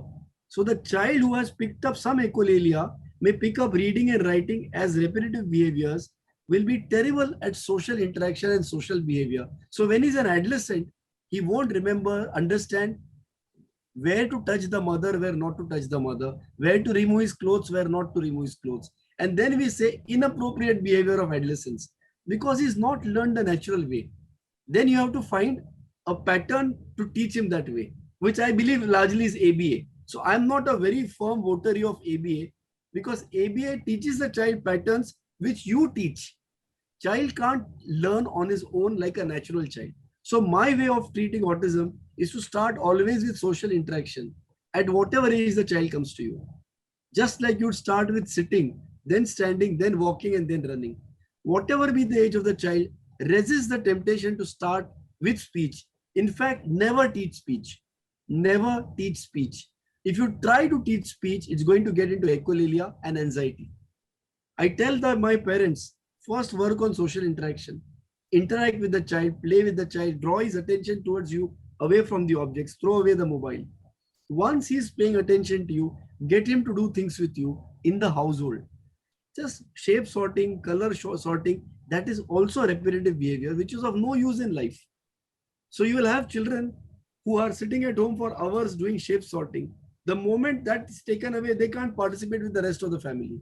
They have to go for a holiday somewhere or a marriage somewhere. They have to take this entire paraphernalia with them. Parents half the time are outside in the marriage, half the time are seeing what the child is doing.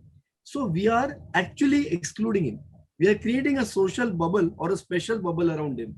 And then the child remains special for the rest of his life because he never got a chance to normalize. So I try and use all these steps in the normal household. So the child not only learns these steps, but also learns how to implement it in the normal life. So this is my theory of social interaction. So there's a question about use of oxytocin in autism. Now, there are so many things which have come and gone, and some are still being used. So can you comment on all the therapies in place and what? So again, there is none of the therapies or none of the theories have been proven to provide an answer to everything. None of the theories have. I don't know exactly much details about this theory of oxytocin, except the fact that it hasn't been shown to have an answer for everything. But maybe it's my lack of knowledge about it. I don't know. That's what I can say. But we had this theory about vaccines. Then we realized that it's not the cause. We were talking about organophosphorus poisoning. We know it's not the cause. The trouble with these theories are, we try to explain the symptoms. We try to explain repetitive behavior. We try to explain impaired speech. We try to explain restricted interests. We try to explain why is behavior. So if you're talking about the behavior, you'll think in terms of sensory. If you talk about speech, you'll think in terms of some speech related issue. If you're talking in terms of cognition, you'll talk about some other theory, like theory of mind. We have never found out where does the evolution of autism in a child start. And that's where I came up with this theory. Because Kanner, who described the 11 cases, he used the word autism differently from Bloyer. Bloyer used it as childhood schizophrenia. Kanner used the 11 cases to show the difference between schizophrenia and autism by showing that in schizophrenia, the children were always normal till 2 years before the onset of symptoms. So they were normal for some part of their life. Their development was normal and then it went abnormal. Whereas in his 11 cases, Kanner said that they had a problem from the beginning of life, as if the problem came to them from within. By that he meant from birth. So he used the word autos, self, to show it came from within. It came from birth. So that is what he meant by autism. It's coming from within, from birth. So the child had an absence of normal development from birth. It wasn't the presence of a disorder. Unfortunately, some people have misunderstood the word, the taxonomy of the word, and transformed it as self-involved. Autism doesn't mean self-involved. The autos, self, doesn't mean self-involved. Kanner meant coming from self. That is from the beginning of life. So we have to find a theory that explains how autism evolves from the beginning of life. And my observations over thousands of children, one thing I felt in common in all children was lack of awareness of people around. And also I found that all therapies have one thing in common: they try to interact with the child. Whether you are doing speech or whether you are doing occupational therapy or physiotherapy or whatever, you are interacting with the child. So these are the two, one thing which was missing, and then one thing which was being given by all therapies, which made a difference. That's where I came up with this theory. Interesting. Dr. Afia, you have any question? There is one question to Dr. Fatima. They asked, should we ask in OPD how child is asking for food and water instead of asking is talking or thinking extra? What do you think, Dr. Fatima? Of course, any question that you can get any information from the child, from the child is important. Asking for food, asking for parents, calling mom, but he means mom, calling that. Sometimes they are saying, as Dr. Samir was mentioning, ekuliya, but they don't mean mom, yani mom. They just say mom, mama, baba. So it is important. Of course, you can ask any question which indicate if there is any abnormality or not. Yeah, and there is another question that how long the development screening of children should continue. You mentioned it is till 6 years. It is till 6 years, or we can think about it more? There are some tools that you can use it up to 10 years. But the most important, the earlier is the most important, the better. When you do it earlier, you will detect earlier, and then you will start intervention earlier. But there are tools that you can use up to 10 years also. So I feel that up to 6 years, the school entry is the most important. That is a crucial time. Okay. Thank you, Doctor. There is one question for Dr. Samir. In the same family, can we find two brothers having autism? Yes, absolutely. Good question. The incidence of autism in the normal population for the child is 1 to 2%, as we know. But if the first child has autism, then the risk in the second child goes up to 10%. And if there are two children with autism, then for the third child in the same couple is almost 30 to 40%. Also, we know that there's a difference in the monozygotic as well as dizygotic. So in the monozygotic, the percentage is much more. So we know it's a genetic thing. Yes, so we have to advise parents that if they have one child with autism, they definitely need to go in before they go for the next child. If they want to, of course, some people are okay not to do it also, but advise them to get the genetic evaluation done for the parents as well as the child. Actually, I have one family. They are twins, first of all. Identical twins. One of them have autism. Then the sister, 2 years, she is autistic also. For that reason, it's in the same family. Yes, absolutely. It's very common.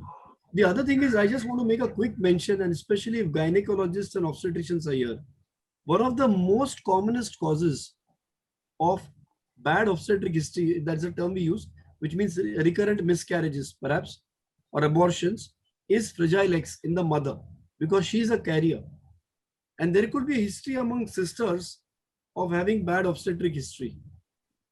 So that should, if suppose I'm the gynecologist or obstetrician and my patient has a poor obstetric history, I should ask her if her female relatives, female cousins also have cousins, of course, the gynae, it has to be females, have a history of repeated miscarriages and abortions. And we test for so many things, triple marker and all those things. But I think we should start testing for fragile X in women, especially with the problem of miscarriage. And that's one of the things. The commonest known genetic cause of autism is fragile X, which we'll see it in the boy, but the history in the mother and her cousins or family for repeated abortions. So that's very important. Yeah, and doctor, when is the best time to start the medication in the autism children? Okay, so again, it depends on what are you trying to develop in the intervention. So it's very important to have a plan for the intervention. And that's where the role of a developmental pediatrician is very important. You have to know what are your targets in the short term and in the long term. And the targets will depend on the stage of development where the child is. The child with autism could come to you at 2 years. He could come to you at 5 years. He could come to you at 8 years. You need to know how good are his earlier milestones. That's what I made the case for not going fixated on speech. You have to see how good is his social awareness of people, how he connects to the people. Second, how good is his social behavior. I'll tell you 2-3 questions which tell me the diagnosis right away. I asked the parent in a room full of people, say mother, father, maybe a cousin, somebody's come and you're sitting in the living room and there's toys. Is a child interested in you or interested in the toys? Obviously, most of the children will be interested in toys, but they will come to the mother or the father and interact with them for some time. Yes, this parent will tell you not at all. If he's left with a toy, he won't come to me unless he needs another toy or he needs a cookie or he needs some water. This is important. The second thing, which again tells me is more oriented towards objects than humans.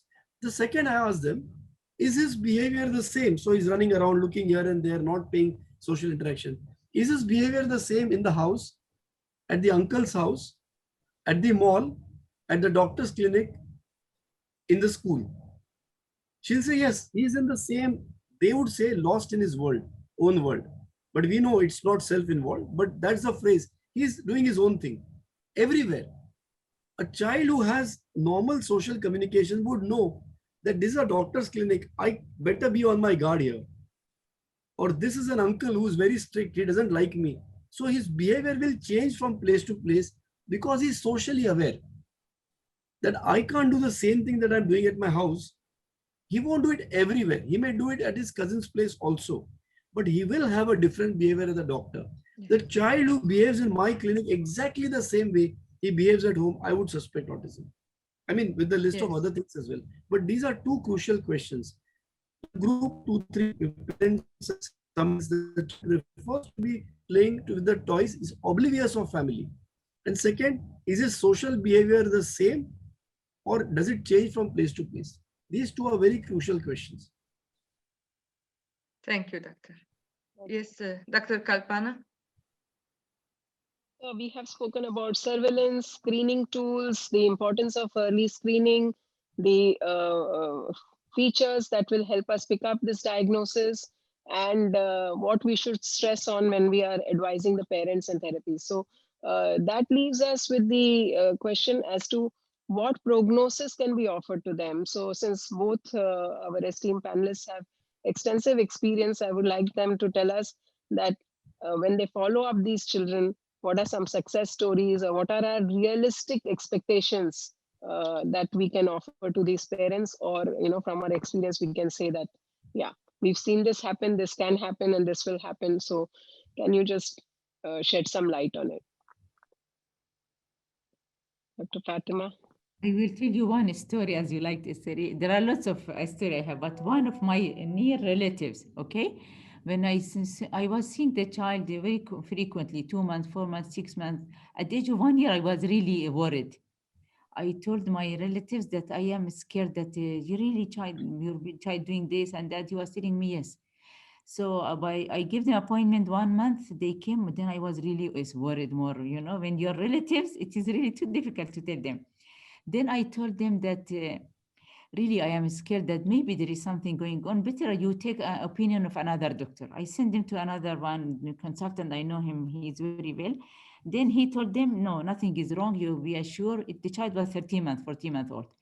But then at the age of 15 months, I was sure 100% that there is something wrong. The child has ASD.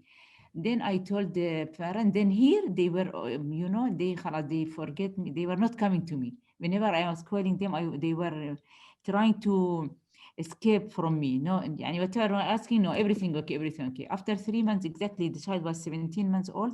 Then they came to tell me that really my child is abnormal. They went to US. They are very, very famous people.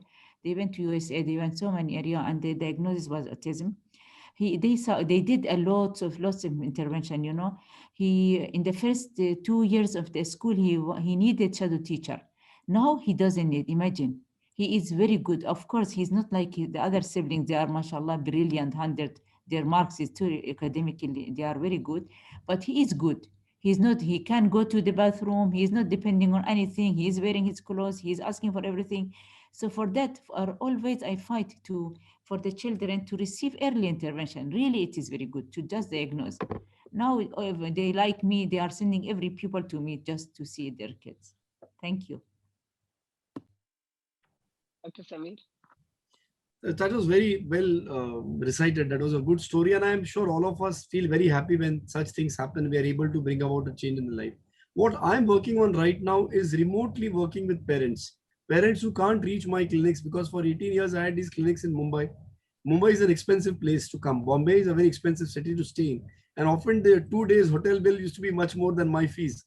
So we are working on this remote work, but we are not working with the child. Because I don't believe below 5 or 6 years, you should have the child facing the screen. But working with the parents is very, very interesting. And it's giving me some fantastic results. And at the moment, especially after COVID, when we were forced to start doing this, I must say, we have got children from all over the country, all over India, as well as all over the world. And if you are able to identify which stage the child is of natural sequence, which I described, and if you are able to keep him away from objects and patterned behavior, and are able to explain to the parents the importance of social interaction versus speech training. And if the parents do trust you, and if you can they give you that time and you can build it up, even in a few months, I see wonderful improvement. And the challenges that I'm finding out is how stereotypical our thinking has become to autism. Because most of the time we will start talking to the child or start working on the child's speech, or we'll start on reading and writing.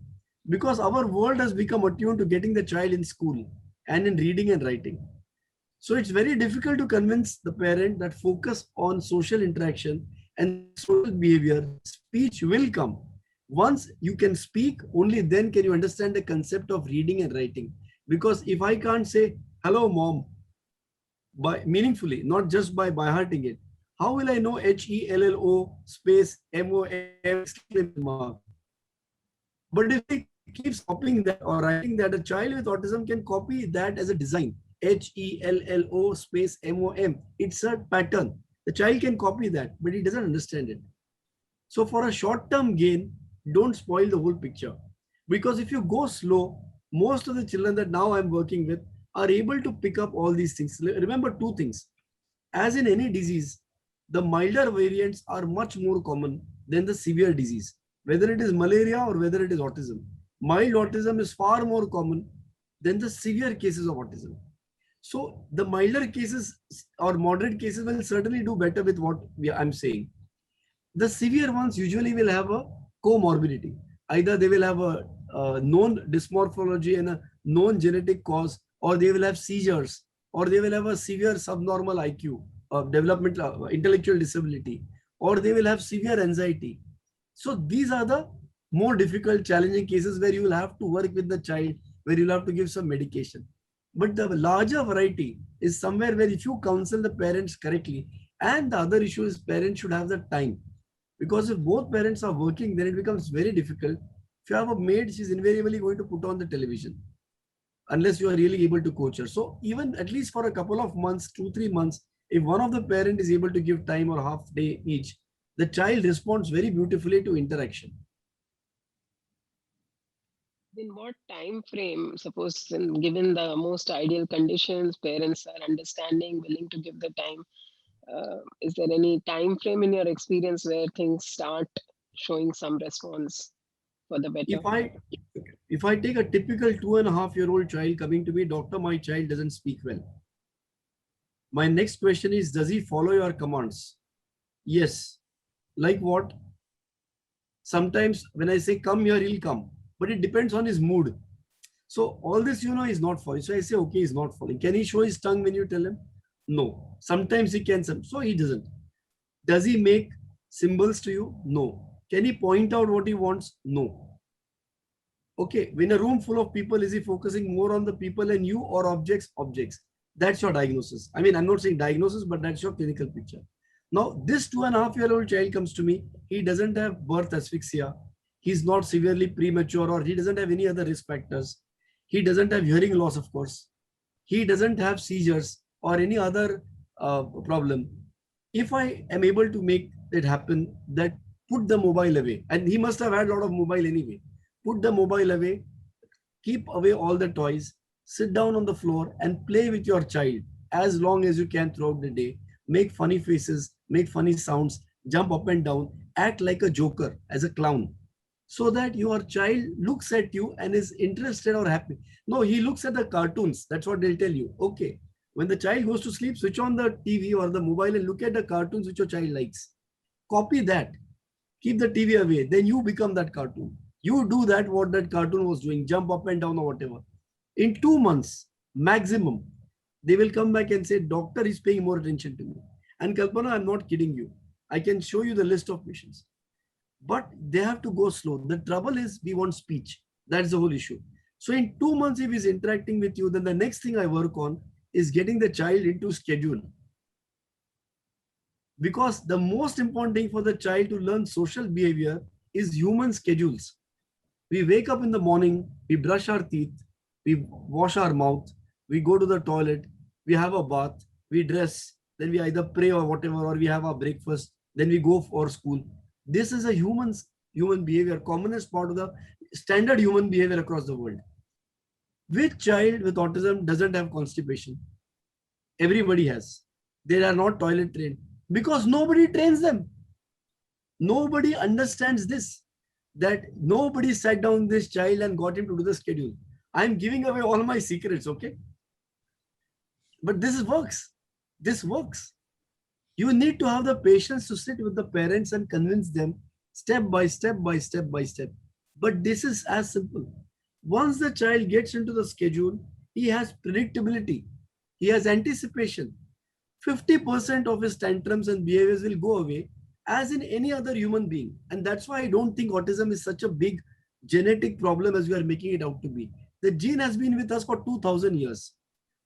Our way of living life has collapsed so badly. Social behavior, social human behavior has collapsed so badly. There is such poor social interaction with the child. There is such poor role modeling for the child. And there's this terrible object of mobiles where you have terrible cartoons to be his role models. That is the epigenetic. Pankaj asked that question. What is the role of epigenetics? This is the epigenetics. This is causing this outburst of manifestation of autism. The genes were always there. We always had that one cousin who was not very social, but he was brilliant in physics, or he was brilliant in mathematics. He was not very, conversant or vocal. So these genes have existed in all families. Now that cousin's son went to the US, both husband and wife were at work. He sat at home watching TV, no social interaction, no grandparents around, and TV. Boom, you get autism. That's the whole thing. So getting in schedule, then getting the child to do his activities of daily living, literally hand-holding, but doing it consistently. Then getting the child to be involved with household chores, because a mother can't just be with the child whole day. She has to do her own work. Just these few things in the first 3-4 months bring the child into the human world. Starts pointing. The moment he understands pointing, I can tell you he will start speaking. Because that's how you and I spoke. We didn't get any particular training for speech. But we came up to the stage step by step and we go. And if we do this, it's very exciting because with zero cost, literally, you can deal with a problem for which you're spending millions. And yet the child continues to be a robot or a parrot and needs somebody around him all the time to handle him. By doing this, he can get independent. So I think that's an excellent summary. Unless Dr. Rafia, you have any questions pending? Couple of questions. Large number of people are listening. Really, I would like to congratulate Dr. Fatima and Dr. Sami. This time of, in India, it must be midnight. All are listening. Really large number. I never see this time so many viewers. Actually, it's very nice. It's very nice webinar. We don't want this webinar to be ended. So we will ask more questions if you allow us, Dr. Sohrab. You can have one or two questions. The rest we can do one thing. We can write down these questions, give to Dr. Fatima and Dr. Sami in the group. We will discuss because it is, we have crossed our limit in time. So, Doctor, one or two more questions. Rest of that we'll answer in the there are two questions. Dr. Samir, please. Is autism common in IVF babies? Well, this is something again very interesting. I was just seeing my data over the last 10 years. So we are a child development clinic. I'm not a research center, so I can't, do a randomized control trial and all. So my data is in a way biased because those children who do come to me. But in my data with this biased sample, I do see a higher proportion among parents of IVF.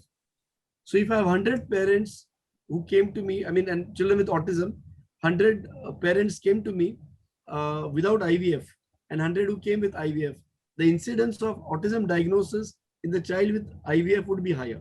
But like I said, mine is a very biased sample. But I would now in my clinic as a doctor, I would pay more attention when there is a history of IVF. At least that much I can say.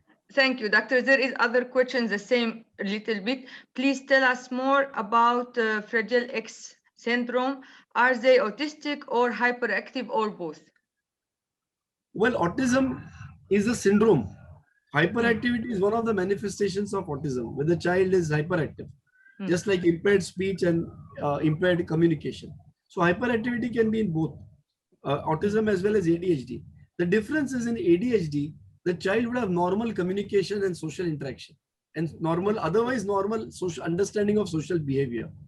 Coming back to Fragile X, in Fragile X, what we see is the other domains also may be delayed. The child may have a motor delay as well, and typical presentation is global delay. So this would, make me, the very important thing is somebody asked a question there, which are the genetic disorders which don't have dysmorphology? So a very beautiful question. But I wanted to answer by saying Fragile X in the first part of life does not have dysmorphology.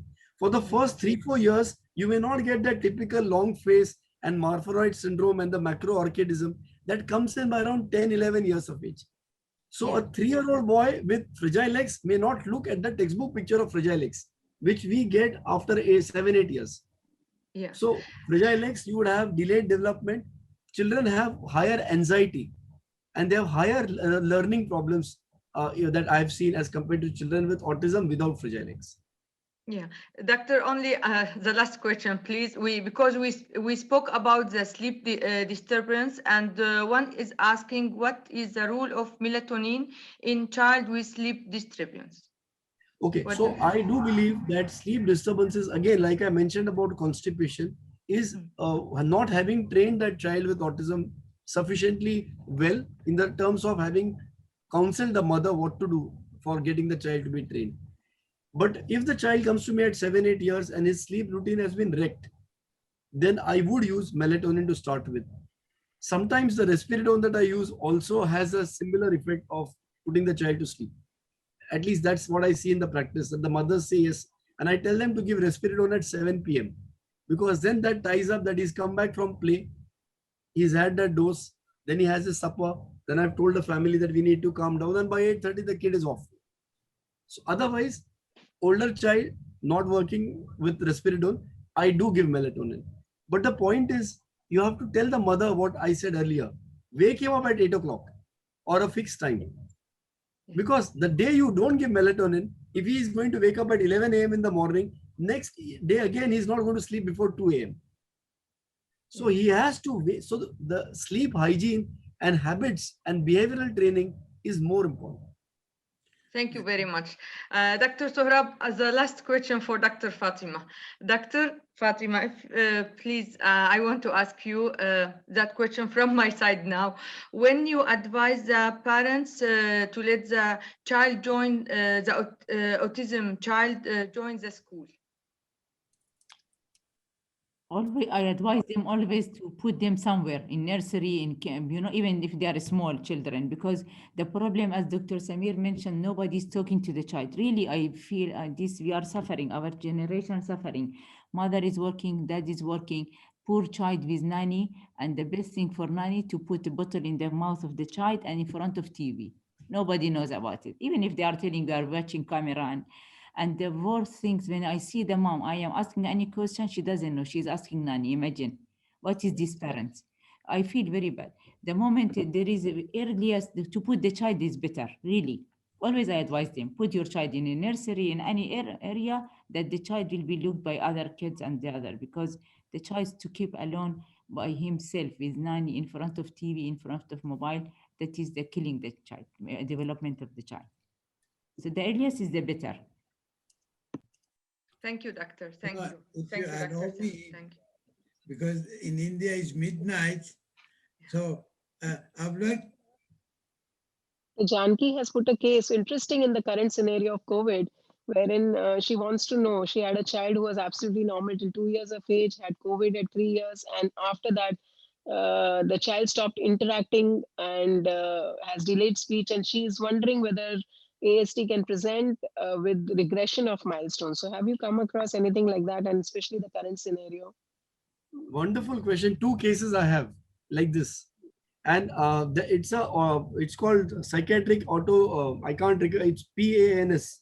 I can't recall it. It's an autoimmune neurological condition which mimics autism with sudden regression. And I have 2 children right now, we are working them up. So that is known. The other important issue is practically again, very often parents were not home before COVID. Child had mild speech developmental delay was not noticed because he was with the maid and on the TV or on the mobile. Now parents at home, they've heard all our lectures that don't show mobile. So suddenly they get inspired, I know mobile now. And then they suddenly see what's happening. So it's both ways. But that I have 2 children right now, I'm working them up.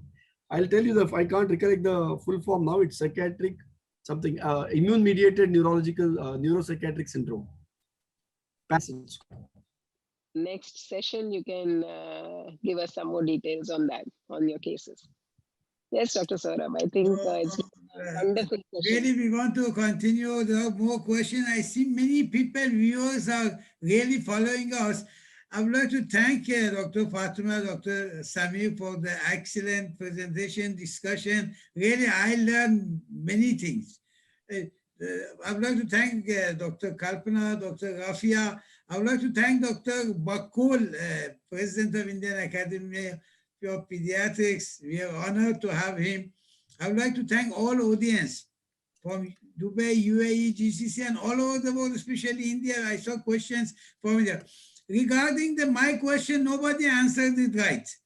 There was one Mr. Roy from Calcutta, India. Only 2 of that was right. Others. So I think Tawfiq can give him Mr. Roy from India. He can be our winner. We mentioned that Piaget was not there. It was Illingworth and instead of that. So I would like to thank the viewers. I would like to wish all Ramazan Kareem. Inshallah, we will have more webinars like this, because this is the area where really all pediatricians, they need to learn more. And I'm sure if all pediatricians join together, we'll make it a success, and it will be, #1 in the world, as Dubai has shown in other areas. Thank you very much once again, and good night. Inshallah, we'll have another session soon. Thank you. Thank you very much. Thank you, Dr. Saurabh, Dr. Kalpana, Dr. Rafia, and most important, thank you, Dr. Fatma, for such a big contribution to the world of developmental pediatrics. Dr. Bakul Parekh, sir, thank you. Thank you. Tawfiq bhai, thank you. Thank you to all the attendees. To all. Thank you so much. Thank you. We would like to thank the Vitavitis Tawfiq Fadi also for organizing this webinar. Thank you very much. Thank you very much. And Ramadan Kareem. Thank you.